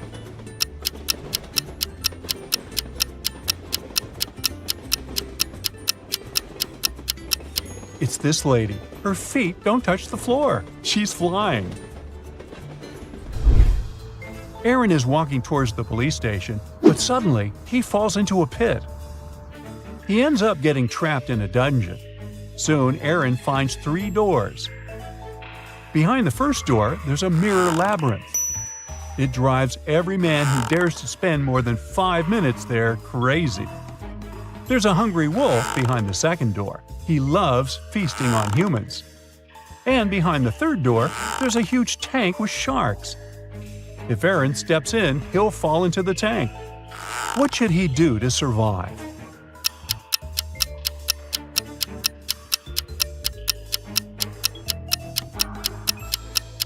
Aaron should open the third door, then open the second door and let the wolf out.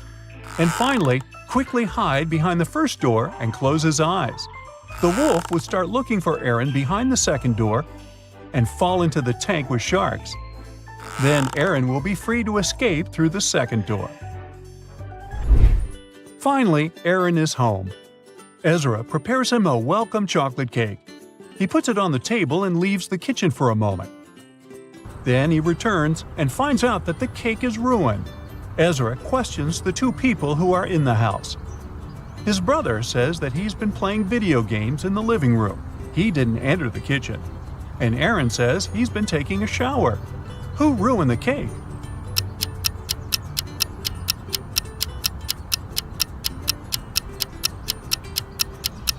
Neither brother nor father. The window in the kitchen is open, and there's a bird covered in chocolate on the tree. It was the bird. Aaron builds a robot that can do all the housework and calls it Meg. One day, Aaron comes home from work and finds out that his robot is missing. He's looking for it everywhere and finally finds a dungeon. He goes there hoping to find his robot. But instead, he finds 5 robots looking exactly the same as his. He only has one try to pick the right robot. Can you help Aaron?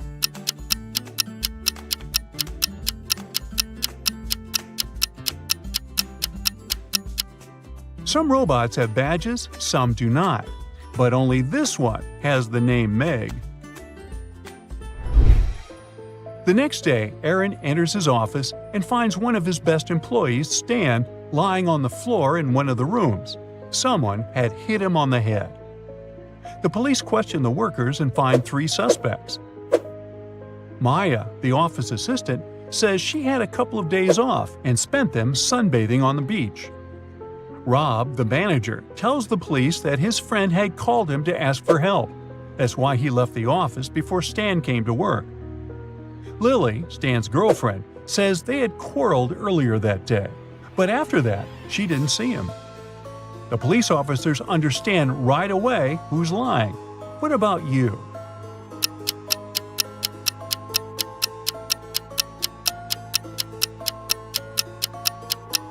Maya said she spent several days on the beach